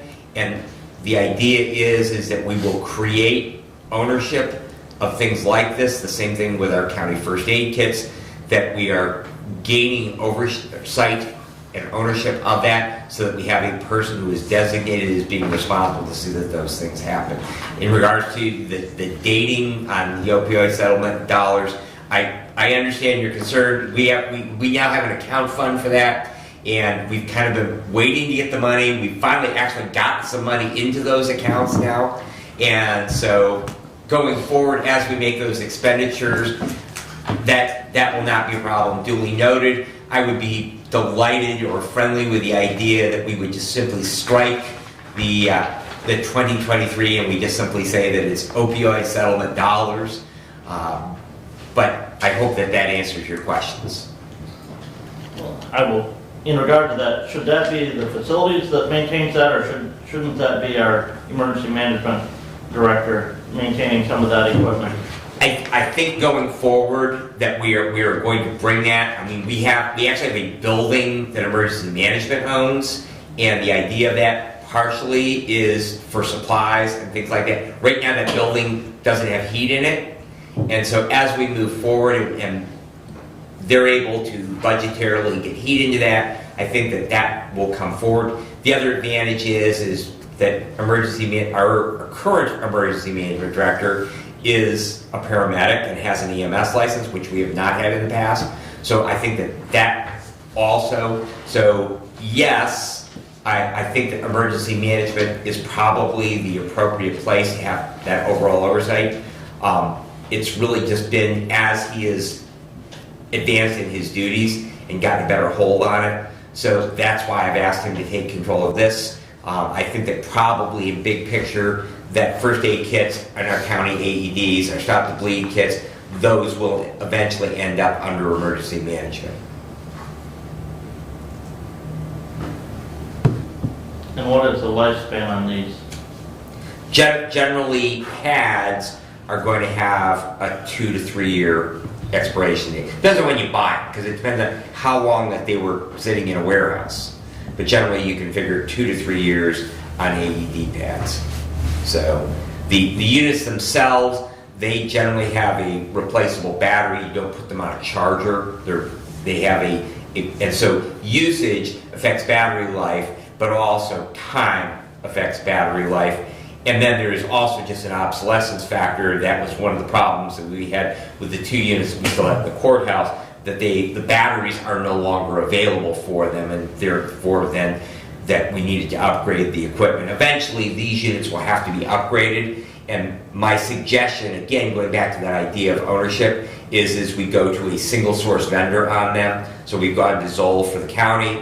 The reason for that is because that 2 of potentially 3, the responding EMS agencies, that's the equipment they use. So number one, they can simply plug into their cardiac monitors, the pads that are on there, and hopefully then that they would resupply, if we use them, we could just resupply the pads that they would have used in the event that when they responded and we had not already placed the pads on a patient.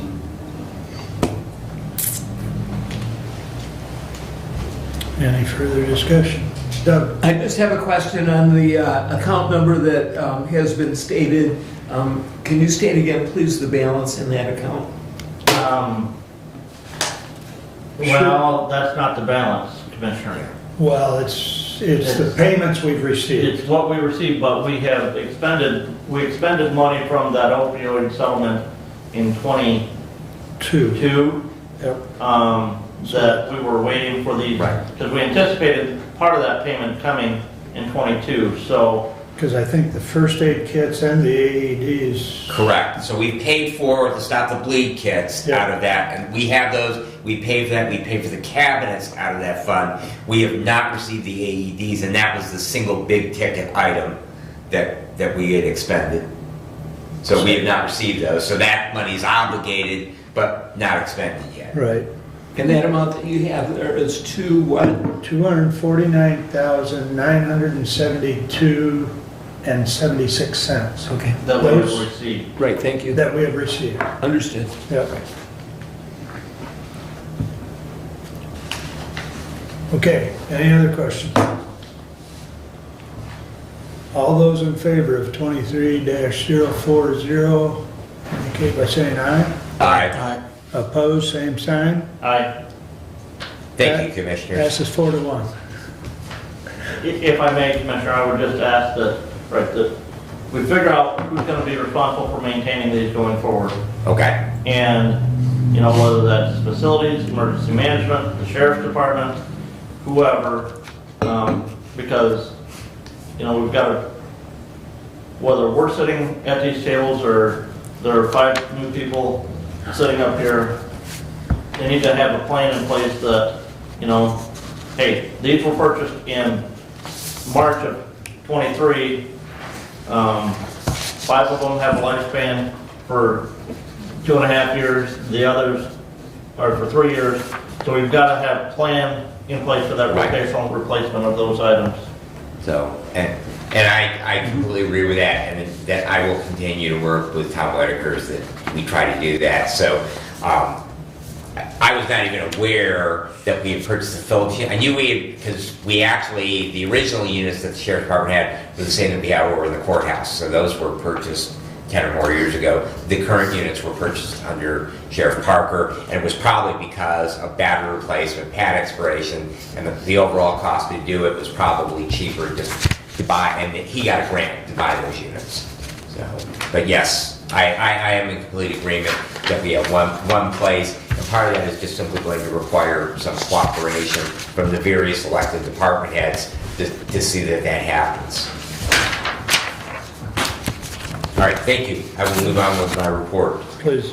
CAA board met January 26th in Hillsdale. We did not have enough members present to have a quorum. The community needs study was presented. There's a lot of very good data in that from 3 county areas. Because we didn't have a quorum, we couldn't approve or accept it, and so therefore it has not been published on the CAA public website yet. However, if anyone would like to see the slides from that, I do have the slides, and we will approve that at our meeting for this month. And once that is done, then it will be on the front-facing, the public side of the website. Did meet with Judge Lisney and Aaron Dungy of Michigan Department of Corrections on February the 8th. The topic of the meeting was adopting a community corrections program for our circuit court. Of Michigan's 83 counties, there are only 3 counties that do not have community corrections in them. Hillsdale County is one of them. Community corrections was actually created by an act of the legislature. I believe it's PA Act 511. And there is funding for that. Basically, what it does is it creates a position that would be a county employee within the circuit court that would be funded by Department of Corrections. So, in other words, it is a grant process. We would expend the dollars, and then we would submit the cost for that employee, and then we would be reimbursed by the state. We have a number of similar things that we do. Victims Advocate is, in the prosecutor's office, is a very, very similar type position where we expend the dollars up front, then we submit it for reimbursement, and then the state reimburses us. Basically, what this would do is it would, when a person is arrested, it would create supervision for them as they move through the criminal justice system. So they're arraigned, they are then either bound over into jail, or they are released into the community, possibly with a tether in place on it. In the district court, which also deals with, they actually have 3 probation officers. We have probation officers for the circuit court. However, those probation officers are not county employees. They don't work for the circuit court. They actually work for Department of Corrections, and they only are working with those people after they are actually convicted. So they don't work with that population as they move through the system. So the idea is that this would create supervision, a person who would oversee that if they are ordered as part of the release to come in for drug testing, they would make sure that they come in at those regular intervals and they are drug tested. If they are ordered to participate in counseling or in one of our treatment courts, our veterans track treatment court, our family treatment court, our drug treatment court, if they were ordered into one of those programs, they would provide oversight to make sure that they are in compliance. And this employee would be working under the direction of our circuit court judge. Again, where the MDOC probation officers don't do that. So what this simply would mean is that we would be basically sending fewer people to our jail because we have better oversight. And so that saves us money because, number one, we don't have to house them, we don't have to feed them, we don't have to cover the medical expenses. Plus, the other issue is you've heard our sheriff speak previously about how we are perpetually at our limit for the number of inmates we can have in the jail. And so consequently, since we're always at limits, we are potentially subject to fines if we exceed the population we can have. We also have a request that we need more jail space. Jails are expensive. They're expensive to build, they're expensive to operate, and they create a forever ongoing cost, not only to maintain them, to heat them, but also to house those inmates in there. So the fewer inmates we have in the jail, the less it costs us. And so it makes sense that we can take and direct some of those costs and have the state reimburse them for them. So basically we're being asked to do is we are being asked by the circuit court judge to allow her to, number one, create what is called a community corrections board, which is outlined in the community corrections manual that I've distributed to all of you.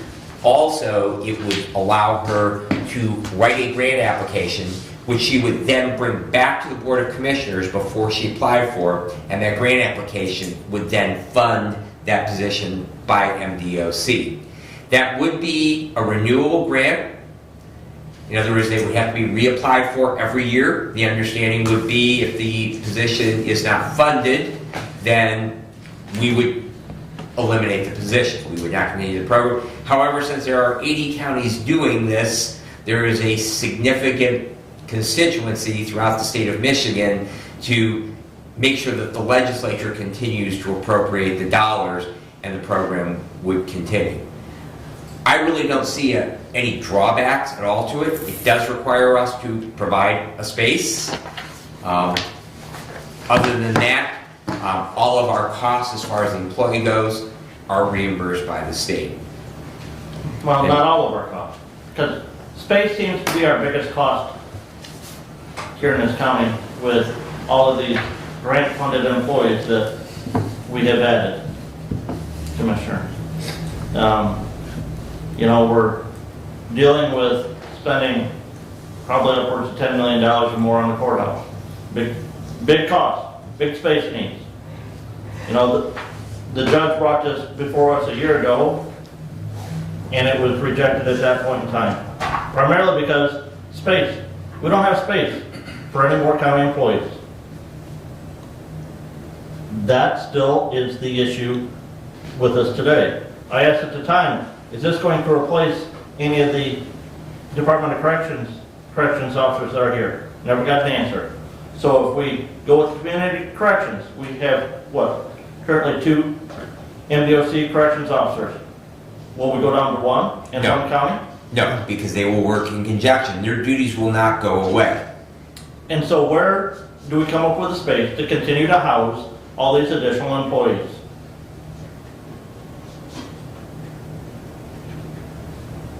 You said the state's going to provide the funding for the employee. Funding for the employee is minuscule compared to housing costs, now and long term. However, the alternative is more jail space. The last I knew, Branch County had just completed construction on a approximately 200-bed jail facility that's not full, and would be more than happy to rent space to the county for that. However, there is a cost associated with that. There is. And once we incarcerate those individuals, we are responsible not only for feeding them, the ongoing cost of housing them, but all of their medical costs.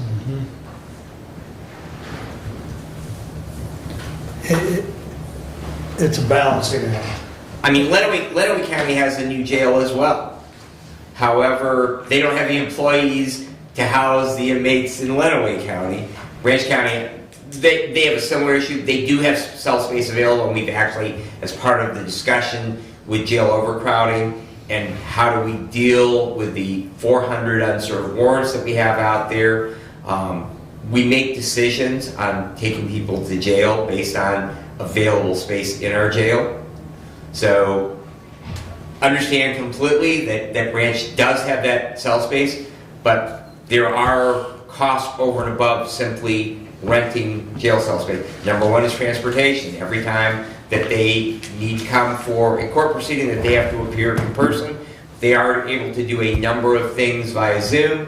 That's one of the good things that has come out of COVID is that we have been able to facilitate a number of those proceedings virtually rather than in person. However, every time they have to physically appear in court, we would have to, wherever we send them to, we would have to send an officer to go retrieve them, bring them for the proceeding, and then take them back.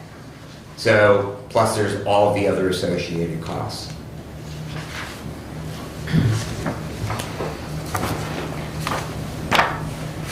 Did we have a motion on that yet?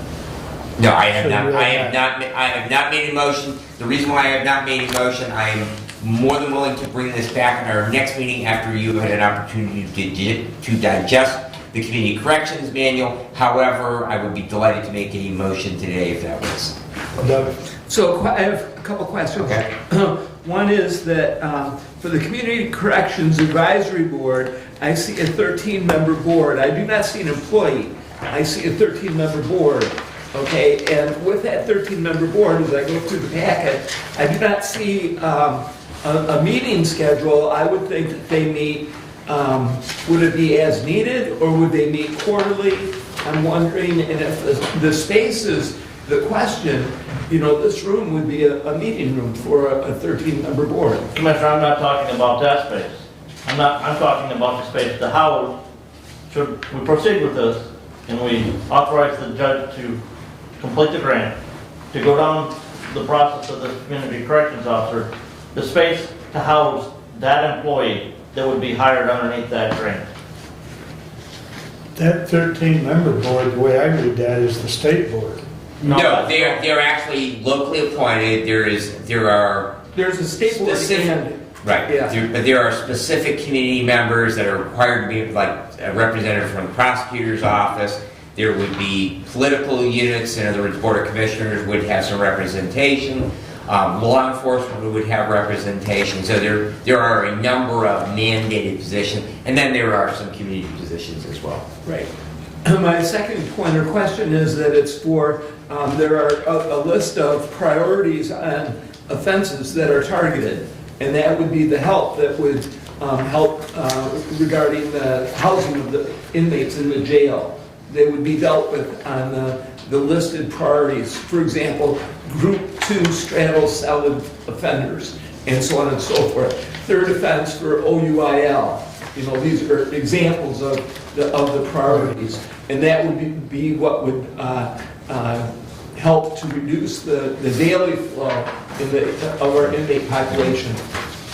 And they would be overseen by this advisory board. No. Well, the day-to-day operation, as far as where those offenders go, would actually be overseen by the individual who would be hired and funded by the grant. Thank you. The board basically supervises the overall program, the direction of it, what it will look like as far as the determination of which offenses are going to be directed where. The straddle cell is kind of interesting. Those are offenders that can either, we can only keep somebody for 12 months in our county jail. If their sentence is longer than 12 months, then they have to go to the Department of Corrections. And so obviously, Department of Corrections, you know, they incur the cost if we send them to prison, whereas we incur the cost if they stay in jail. The straddle cell inmates, those are the ones that can either be sentenced to prison, or can be sentenced to the county jail. You know, there's the sentencing guidelines would be applicable either way.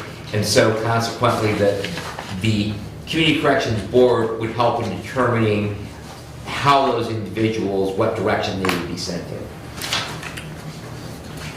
They are basically an oversight policy board. I think we all need to digest this. This is several pages. Yes. Why don't you plan on bringing back either a motion or a resolution Okay. for the 28th? Very, very good. Thank you. Please continue. All right, prevention work's been on February the 9th. Plans are being finalized for a community event called Experience Wellness, which will be held on April 22nd at the Senior Center. It will feature speakers, naloxone training, a medication take-back program. We already run several of those medication take-backs, but we will actually have a collection center there, and then those will be then turned over to law enforcement for proper disposal. They're going to bring in some massage therapists, Reiki practitioners. The idea behind those is individuals with substance use disorder or family members of those who may suffer from substance use disorder. They're under significant amounts of stressors, and so the idea is by possibly introducing them to some relaxing techniques that it may help them deal with those stressors in their life. They will also have a number of other wellness-oriented activities, and that event is being funded out of dollars that Prevention Works receives both under PA2 and their own OEND funding that we are appropriating money for that. We currently have in our PA2 funds $5,000, and we have $14,606.25 in OEND or opioid prevention, the restricted funds that can only be spent on opioid reduction efforts. They also, Prevention Works did distribute 65 overdose prevention kits in the month of January. Commissioner Ingalls, Randy Finley, David Holcomb, and myself met with the circuit and probate court judges and their court recorders on February the 10th. Commissioner Ingalls previously reported about that. One of the topics of discussion was some issues technology-wise that the court recorders were having, because as we're having to move around in space because of the construction noise,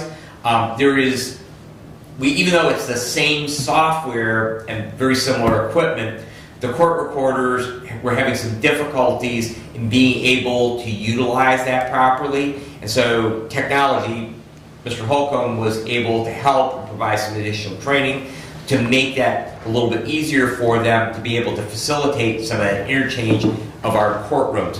We also talked about that we have laptop with some portable recording equipment, so that again, in the event that they might have to move out of either the probate courtroom or circuit courtroom to another space in one of our county buildings, that they can take that equipment with them. So we're working on with IT some tweaks and some education to make that happen and make all three of our courtrooms a little bit more interchangeable.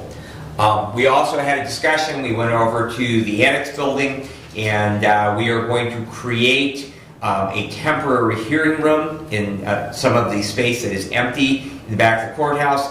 As you know, that if we stop construction, because we have to keep the courts going, and particularly in those cases where we bring jurors or expert witnesses in, they can't just stop because we're banging on things on the outside of the building. We're going to be doing that for a year. And so consequently that we are going to have some schedule coordination, and in the event that they do need to move, we have some discussion about the potential of them using this space here, the commissioner's room, but we would like to keep them in a court-oriented building, and so we did have some vacant space, and so we had some discussion of the suitability, and both the probate court judge and the circuit court judge were open to the idea that we would utilize some of that space as our construction progresses over the next year. Homeless Task Force will have our first meeting this afternoon at 4 o'clock. I am a member of that task force, and that will be a community action agency. Community action agency collects data and has collected data for a long period of time on the homeless in Hillsdale County, and the idea was that we would meet there. They were going to do a presentation to the task force, and so they have all of that information available to them. The Community Development Committee for CAA and the 911 Board meets tomorrow, and township meeting cycle is ongoing. Woodbridge Township is currently looking at some restrictions on larger solar projects within the township. North Adams is going to have a food truck event later on this summer. And Ransom heard, and Commissioner Langer, you may have been aware of this, that the Waldron FFA was at Ransom Township last night. They had a very interesting presentation on the fish farm proposal, which is interesting because aquaculture is farming, and so it really was interesting how they researched that and had a very nice presentation. That concludes my report, unless you have questions for me. Questions for Brad? Thank you. All right. Well, I asked Derek to come up to help discuss the classification compensation study, so let's jump right into that. And I emailed them both out to everyone. The only thing that I don't believe I updated, Derek sent a question to MGT because communication was not flowing real well, and they used the original numbers, the updated numbers as far as classifications was 68. They had used 50, so that increased their cost by, what, about 17,000? Roughly. So the MGT proposal, for the most part, is the same as far as the work. It's just that the price is different. Which with that said, the proposal from municipal consulting then comes in, like I said, about $17,000 cheaper, more or less. They were very close. Yeah, they were very close initially. The new pricing for MGT on the later time frame, because they gave two pricings. They gave one for a expedited time frame and one that would run from around June to October. The June to October one lines up with municipal consulting, similar to what they've said they would be able to commit to. The pricing for that is $57,800 from MGT versus 40, I don't have that in front of me, 42. It was around 42 because they had Yeah. some travel expenses plus the actual cost per unit of classification.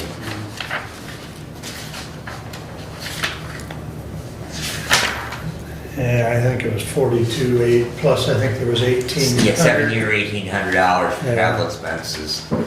Yeah, I think it was 18, not to exceed 1,800, I think is the way it was written.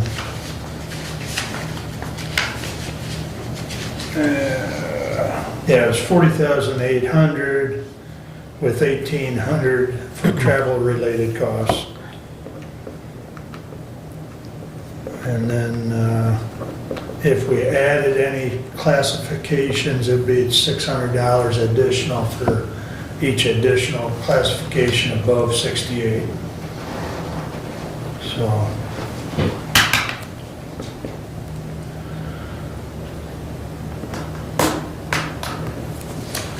Did you have anything to add, Derek, as far as going through these? Not really. I would say the processes seem similar as I looked through them. I've seen a report, a final report, which I think you have too, from municipal consulting,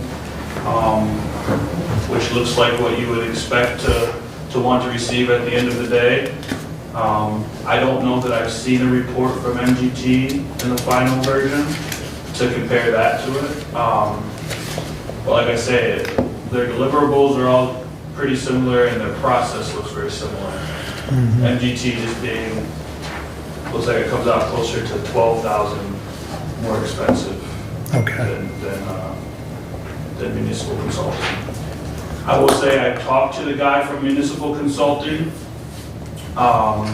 He was much more prompt than MGT, which is kind of surprising because I don't think he has like a gigantic staff like MGT does, as they're a nationwide company. But I will say we do a lot of work with MGT, and I personally work with them a little bit on the cost allocation plan that they do for the county.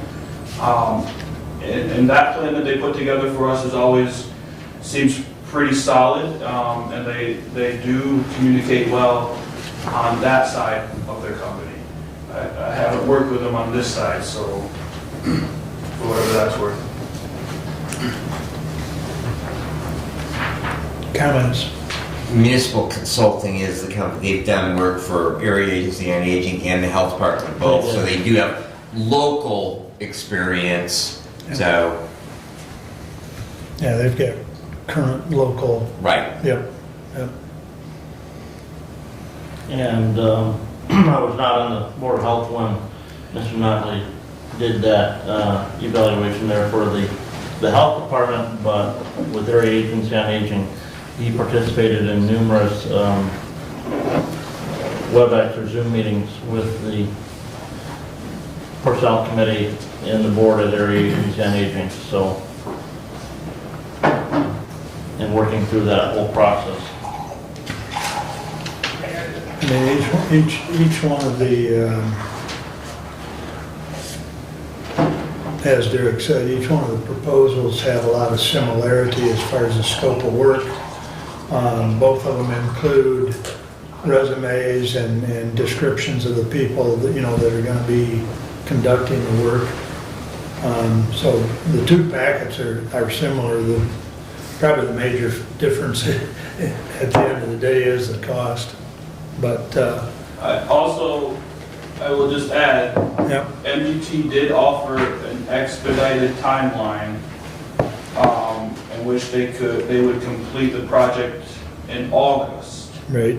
But the cost of that, they quoted us at $78,200. So just wanted you to be aware that that is there.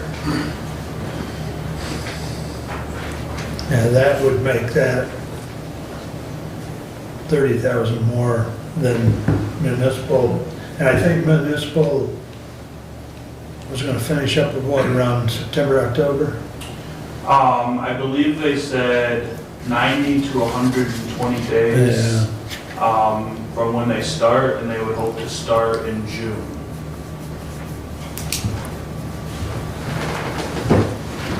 Yeah.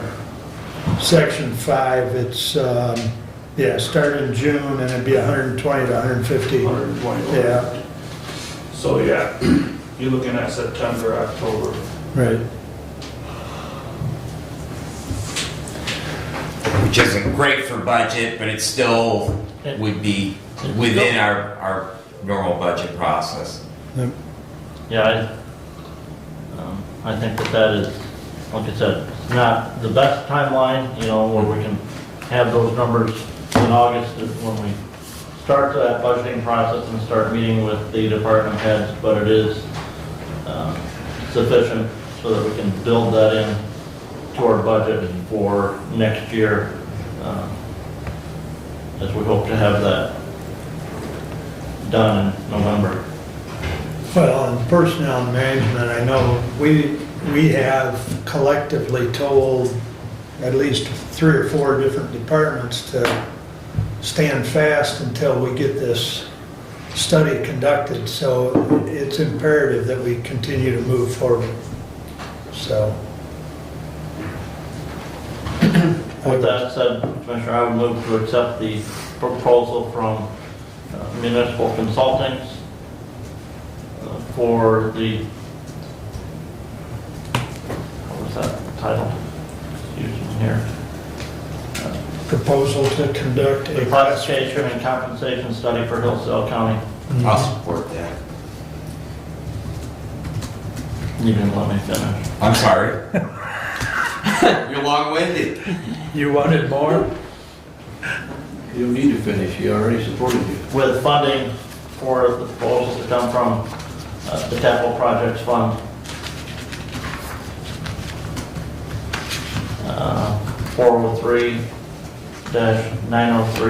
403-903.00 I'm sorry, 903.01-700.000. Back up and start again, please. 403-903.01-700.000.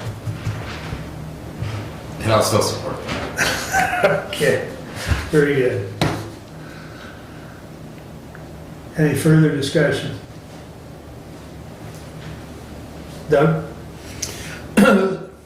Well, I think the classification and job study should be done and consolidated into one schedule. I think that combined with the compensation study truly is more than we can afford. And that would be my comment. When was the last time this was done? I think we looked back, it was 22 years. No, 2020, or 2000, I do believe was the last time that was done. So There was basically a 22 years there was ago. a resolution that we found, and forgive me, it was January, February of 2000 when that was adopted. That was done by Dave Steele's company, if I I do believe you're correct.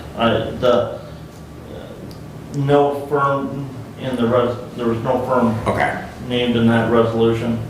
But the scope of work was probably done in 99, That's what I was so, gonna say, it started then. yeah, so we're actually pushing that 23, 24-year window. So as far as, I'm sorry. No. Go ahead, Doug. Complete. No. Yeah, so as far as the salary and the compensation, as far as doing a study, it's very simple to find out from other counties, where we stand in comparison, simply because it's public information typically on their website, and the concern is the amount of dollars that we're spending on this to accomplish certain aspects that we already know. Brad? Thank you. First of all, I guess to address Commissioner Engels, the information may be out there, but one of the things that we find is somebody's got to collect that information, and there is a cost associated with the staff time. So whether we pay an outside individual to collect that information, or we use internal staff, there's still a cost. Plus, if we use internal staff, there's work that they would normally be doing because we really don't have any extra staff. It's not like we have a bullpen out there of staff members. So it just simply means that work from other places doesn't get done. Beyond that, I think that the landscape has changed significantly over the last 20 years.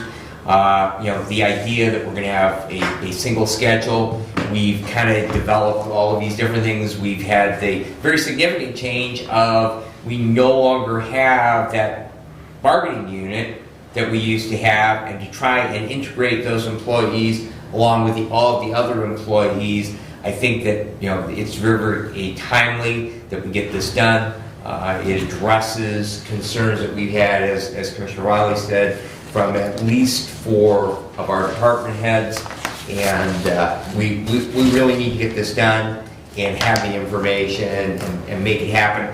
I understand your concerns, Commissioner, in regards to what potentially this could do, not just for the cost of the study, but to our overall budget. But I also think that we need to look at that with the lens of all of the other things that go into the compensation that we pay county employees, and that I think that we will find that perhaps the disparity between we as an employer and other places as employers is not as great as one might think. And if I made that, last time those major changes were approved was May 23rd, 2000, resolution 00-47.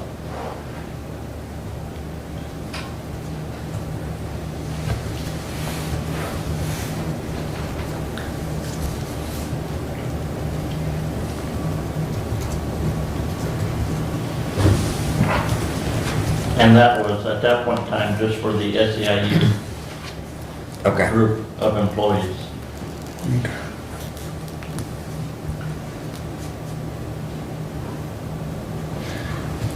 I also think if we did have an HR director, that HR director would be bringing this forward and insisting upon it, because we have, without the SEIU, we have many employees that are now at will, and we need this type of information to fairly work with them and compensate them, et cetera, so. Anyways, further discussion? Steve? How many total employees does the county have? 180 some. Total, when you- 200, it varies. How many paychecks do we write is really the question, because we have part-time employees, we have full-time employees. I haven't done payroll lately, because we have to do that number, but Somewhere, when fully staffed, somewhere between 185 and probably about 195. But some of those would not be looked at underneath this compensation study. 114 is what I identified under this study. Okay. because commissioners would be. So Commissioner, you and I are Yep. considered an employee. But we wouldn't be looked at. We're not looked at. We're not looking at the other elected officials in this classification compensation study. So this study is for 68 employees. 68 job classifications. Right, 68 classifications, roughly 114 employees. And that classification could entail 2 or 3 employees under that same classification, right? Right. So in other words, a clerical staff in, let's say, the drains office, and a clerical staff in the clerk's office, and a clerical staff in the treasurer's office might all be the same classification, but there are a number of employees in each of those offices. It does not mean that they will all be, because there are different skill sets entailed. So there may only be one person under a classification, there may be 6 or 8. Right. So that, you know, it'll help us going forward as well as having a better handle on what each employee, you know, job description wise. Well, I think under this study, it would also bring clarity to the individual employees, which may reflect on their work ethic. If they understand their complete job description and what their compensation is for that. So going forward, they may want to invest a little more time in training or whatever to move up the classification. So I think it's a good thing to have rock solid foundation for each employee on where they stand classification wise and compensation wise. And I think it's a little easier to budget if you understand where each classification is at compensation wise. So that's my input. Okay. Any other comments? We will do a roll call, please. Commissioner Wiley, Yes. Commissioner Benzing, Yes. Commissioner Leininger, Yes. Commissioner Ingalls, No. Commissioner Lanius. No. Darn. Didn't let you stand alone, huh? That's right. It Passes. still passes 3-2. So Derek, if you would please contact Municipal Consulting Services, we will move forward. Okay. Thank you, sir. Just so you know, Steve, All right. that microphone is very good. See if pick that comment up. That's okay. That's okay. All right. Thank you for that time and discussion. I did send you out a revised expense sheet a few days ago. I opened it up and there was some problems with formatting, so I corrected the formatting problems and resent it again last night. We added 2 columns. One column, Brent had pointed out, for the actual miles, because when you figure your mileage, that's the mileage times the federal rate, but unless you're either long-handing your form or writing it in somewhere, Carol or anyone else doesn't know actually how many miles. So one column was added for the number of miles. The other column is for the Board of Commissioners, specifically for the Board of Commissioner meeting, because that comes out of another funding. Kind of another budgetary, sub-budgetary account Yep. in the commissioner budget. And it'll be a lot easier for Carol and Derek to keep track of it if there's a separate column for strictly the commissioner meetings. Since if you recall, at I believe the first meeting, it was asked that we put those on our expense sheets rather than having the clerk submit those. So, You're gonna make me redo all my formulas. I'm sorry. I had to redo mine last night. Just do it on one and copy it forward to the next. You meeting. have a formula connection now. Yes.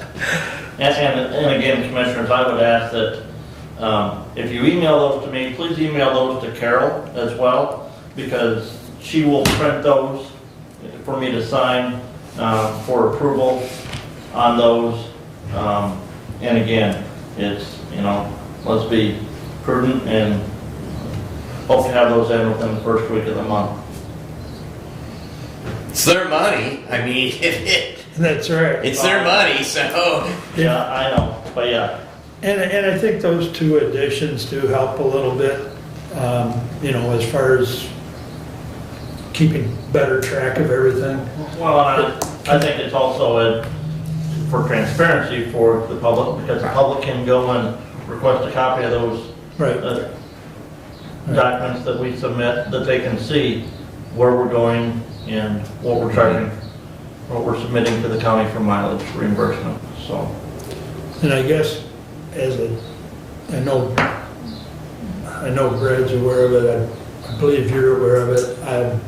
I normally don't put Lifeways on there because that's, Lifeways through the mental health code pays the board members. So when I go to my 3 or 4 meetings a month with Lifeways, those are not on my expense sheet generally.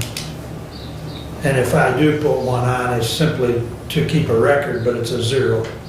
So, because we have to submit an expense sheet to Lifeways. But, all right, and that leads me into my other item. I attended the CMHA Winter Conference last week in Kalamazoo, which meant I had to feed extra early to be in Kalamazoo before 8 o'clock. So, but very interesting. Tuesday was the full day, Monday was kind of the executive committee day. There was a few things on Friday, but I don't think too many folks stayed around.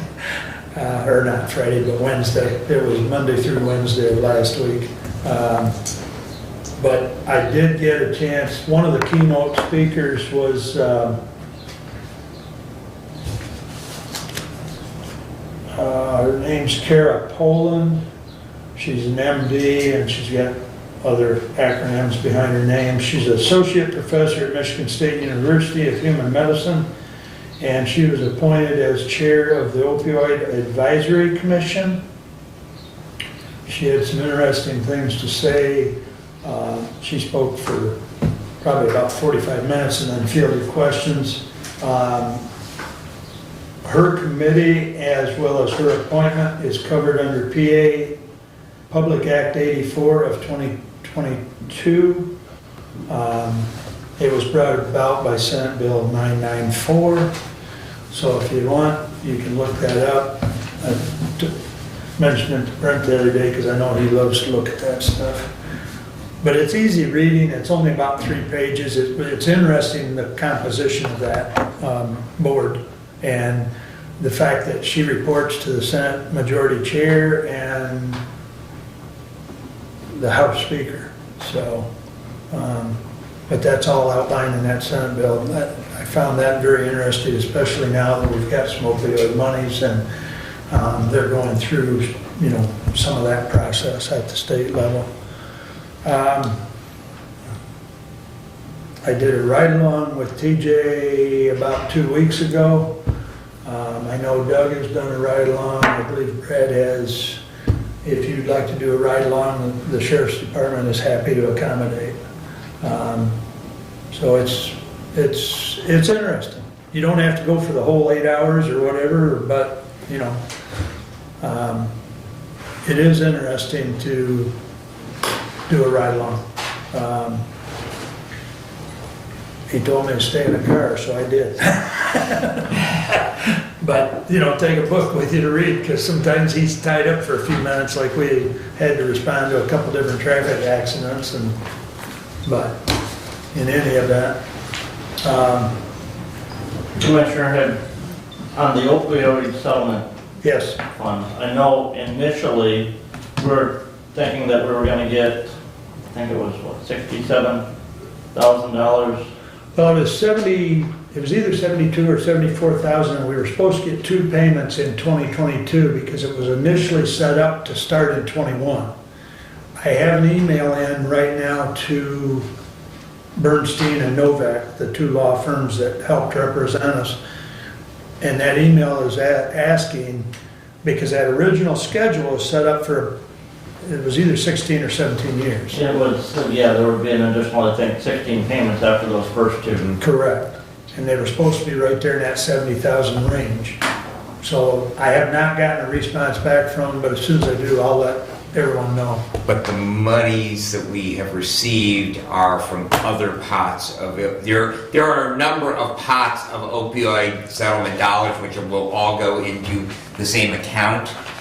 And so that the monies that we received, that they are not necessarily part of those 17 payments because they are from other cases, other settlements as well. Right. So I think that's the clarification we need, is how many dollars of what we have received came from that ongoing 17-year schedule of payments, and how many dollars have come from other pots of money, and how long those will go on. So to that point, the email that Derek sent to Brent and I, $186,961.34 was from the Janssen settlement, which is separate from what you were just discussing. So, yeah, we definitely need clarification on, because some of this 249, I believe, was from the other suit that was involving pharmacies, Rite Aid, CVS, Walgreens. So, yeah, as soon as we get some more clarification on the monies, we may still be getting that 140 that we were supposed to get last year.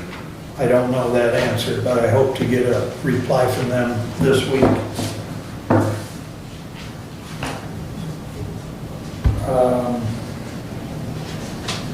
VA, we had our VA meeting yesterday, and I'm gonna pick on Laura a minute.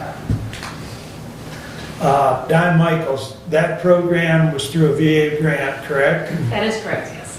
And he's currently got about 17 clients, I believe. 15 to 17, I don't 15 remember to the exact 17. amount, that is the approximate. He indicated that he's had like 2 graduate from the program. I believe that's correct. Okay, thank you. I was referring some to my notes and some to memory, so. But I believe that grant is an annual grant, and it was for, I think the original one was about 27,000, is that correct?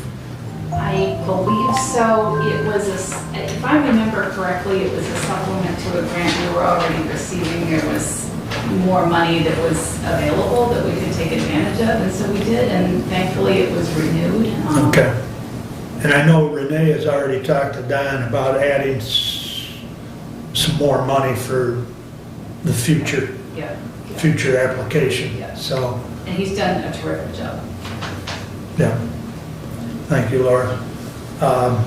And that was, his comment to the VA board yesterday. He came and gave us an update, and he's gonna try and stop in and give the VA board a quarterly update. But, really, he thought that the program was a total success about helping veterans, and he indicated even he's got one gentleman, a younger gentleman, that has gone on to finish his degree from Eastern Michigan, and is actually looking at probably going back into the service now as an officer. So, and I don't remember whether that one was drug related or alcohol or something, but in any event, I guess the young person actually told Don that, just one stupid moment in his life. And so this program's helping people that make that one bad move and get them back on the right track. So,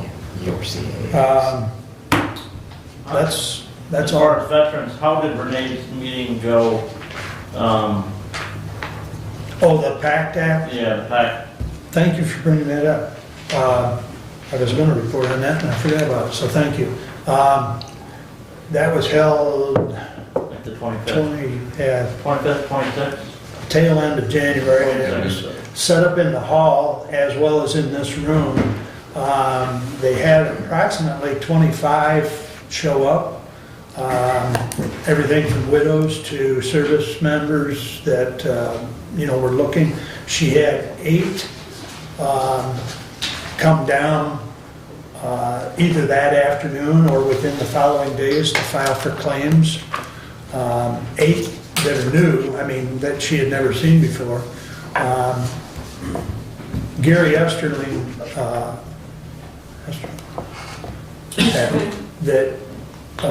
he's, thank you. He actually told me, because I came in kind of towards the tail end, but he told me it was the best turnout he'd seen, and he'd done several of them. So they're gonna try, I think Gary said they're setting up another one for Lenawee County, and maybe, I can't remember, there was one other county, but I know there was gonna be another one here recently, so if there was, as soon as I find out a date and time on that, I'll let you know, because, you know, Lenawee is not that far away, and if somebody from Hillsdale couldn't get to this one, maybe they can get to that one, but, yeah, very good turnout, thank you. Any other questions for me? Okay.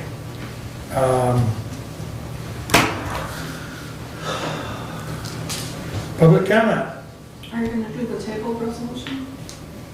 Nobody's asked to remove it from the table, but I thank you for bringing it up. I was waiting on somebody. I'll tell you, I'm still waiting on some clarification from AAA on that. So- Okay, okay. And it's, We'll revisit my that. appointment doesn't expire until April 30th, so we've got some time, so. Okay, very good. So that does bring us to public comment. Anyone wish to address the board at this time? I sat here this whole afternoon, this is crazy. Thank you. Well, good morning to you too, Bob.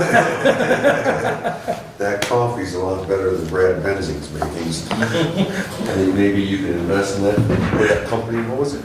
Checker record. Yeah, Checker Records. Maybe. Sorry, Brad. That's right. Go insult your way.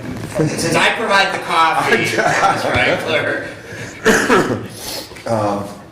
You made mention about those pads as well as the, I forgot the name of the ointment. I can't remember, when you mentioned it, it was just coming back to me. There's like 7 ingredients in that, the solution stuff. I can't remember the name of it, but there's, in Berkeley, California, was done that they were able to preserve a lot longer lifespan versus what you were saying. So I'm just saying that maybe you could find that out on those, because the exchange is not so much as, the relevance of a little bit of cost as it is ensuring that they are, in good working order. And those packages were, and I just can't remember it. I will bring it up and try to find it. This guy lives in San Diego now, though. But anyway, from that, I gotta say thank you very much for Mr. Lanius. He had gotten kind of punched a few times at the Sibley Township. And again, just the beginnings of being a commissioner, it might be a little rough. If we, do see you, we'll probably end up, throwing eggs at you. I don't know. I don't know what will happen out there. It's just, it's a rough way to go. No personal threat, no threats now. That's not, let's go that far with it. But anyway, I was really curious, when I got done with the YouTube channel. Now I'm referring back to the censoring that you had then given us an explanation on the last time that I had questioned why my, subject matter was removed. And then under the, on what you guys wanted it to be towards what you had an agreement with the YouTube channel. We got examining roughly about 26 or so different channels. There's a lot of swearing. There's a lot of other things. Okay, so you guys want to specify, but you so stated that you were trying to make sure you accommodated the YouTube channel. So I'm hoping you'll take another review of that, because frankly, the amount of censoring that can be done is limited, and as well as what the freedom of speech has been done and has overridden some of the YouTube. And that's going to court, and I mean, it is all over the place trying to get it. Anyway, I'm gonna say, hopefully, the annex building, wherever that's, you know, I think it's district court, I don't know where that would lie at. I think it's one. I think it's very wrong that we haven't, you know, adopted an idea of getting another courtroom developed. And I really think that if the move was to be made, I think it would definitely, you know, hinder, what do you call the DHHS, is that what you call it? Did I say? It would hinder them, you know, as far as going into that courthouse. You couldn't pile people downstairs. I don't think that would be appropriate as well. So maybe, you know, there's got to be a new function for district court. I think she really deserves something else, and I think if you adjust your prices in the rental on which you were establishing earlier, that would only mean that she has got to remove a certain amount of directions of monies that she's going to have to take and you know, make punishment for. And I hate to see that to happen. But anyway, other than that, yes, the beds are open over there in Branch County. They are $65 if we don't have too much to deal with, $100 if you're talking medical. And yes, it was open, and they do have a lot of beds. And again, it might be even easier if we did look at those, that she would then, or circuit court, the judges would have to monitor what they can find, you know, appropriate for those that don't have a greater medical condition. That would be easier to process and use over at Branch County. Not to define it exactly, I wouldn't know, I just kind of heard you guys. So thank you. You guys have a good day. Thank you, Bob. Have a good afternoon. Thank you. Anyone else wish to address the board? Thank you for coming. Additional business. Brent? Just want to thank the treasurer for including in our packet the investment report for the end of the year, so. And I know she's busy right now working with people trying to get the property tax issues cleared up here before potential foreclosure here at the end of this month, and I think she's got a meeting here in this room at 1 o'clock, 1:30 this afternoon for the show cause on those foreclosures, so. Traffic is a lot slower this year, and I'm kind of concerned. I'm down about 30, and I normally do 85.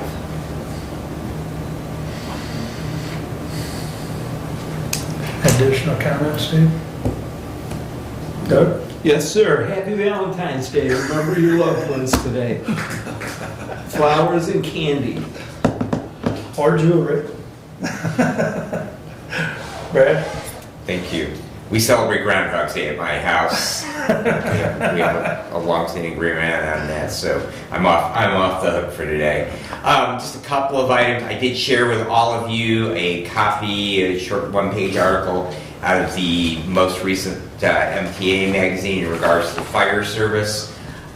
Just as I move through my district, I know that my fire chief has brought the topic up at our township board, at Woodbridge Township Board. But I would encourage you, number one, to read that article, and number two, to have a heart-to-heart talk with your local units that you are representing in regards to the future of the fire service. We are seriously, as that article indicates, in an incredibly critical point. We don't have the people that are volunteering. Michigan has a very long academy in order to join the fire service, significantly longer than Ohio or Indiana, other neighboring states. The good news about that, and I'm always an advocate for more training, the good news about that is if you are a certified firefighter under Michigan law, then you can take that certificate and you can go to any fire department in the state. You are a certified firefighter at any fire department in the state. So we often have that discussion, why do people who live in Hillsdale County have to learn how to fight high-rise fires? Well, the reason is because you could apply for and be hired as Grand Rapids firefighter, and you would need those skills. And so your training is the same, so we have a statewide training requirement. But it is a pretty high bar, and that is just one of many obstructions to people joining the fire service. But if they are not already having a discussion about it, I would encourage you to encourage all of those units that do have fire departments. This needs to be a regular topic because there's a lot more people in the fire service that are closer to my age than closer to our children or grandchildren's age. And it means simply that if you want people to show up to put the wet stuff on the red stuff in the future, we're going to need to have a very serious discussion about it. Just a couple other quick things. We've got a number of appointments in regards to the 911 board that we'll be filing through. We had some stuff that came through about some other appointments. We do have a resolution that was passed a number of years ago by the Board of Commissioners in regards to term limits. We definitely, we want to, as we are looking at those reappointments, if we are going to keep that resolution, we want to make sure that we are in compliance with it. We either need to do away with it, or we need to modify it, or we need to adhere to it. And I don't have any strong feelings one way or the other on any three of those options. But the one thing I do object to is that when we as a body or we as society, we pass rules and then we don't stick to them. So, and like I say, I'm perfectly comfortable with modifying or doing away with. We need to be consistent in that. And that concludes my comments. Thank you. I guess I'll tag along on that last comment. The Lifeway appointments, for the benefit of you, Steve, I mean, we've historically had one or two commissioner seats, but the other seats that Hillsdale, it's actually specified within the mental health code as far as primary user, secondary consumer, etc. You know, so an individual to apply has to have, you know, has to fall within the mental health code guidelines to be on that board. So that is restrictive as far as who can apply. So, but to Brad's point, we've had a lot of other appointments that we get one or maybe no applicants. And so then we're basically forced, so to speak, to reappointing the same person that's been on there for an extended period of time. We just don't have a lot of people that are involved and are willing to be engaged. So as appointments come open, we will certainly you know, make everyone aware so you can make those announcements at your township meetings and maybe get someone to apply. And those are on the county website when they do come open. So that's all I have. So everyone have a nice day and enjoy the sunshine while it's here. We're done.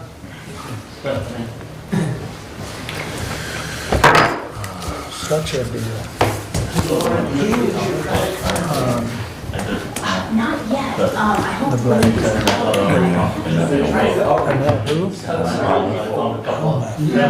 was me, yeah. Lynn sounds familiar. I Oh, okay.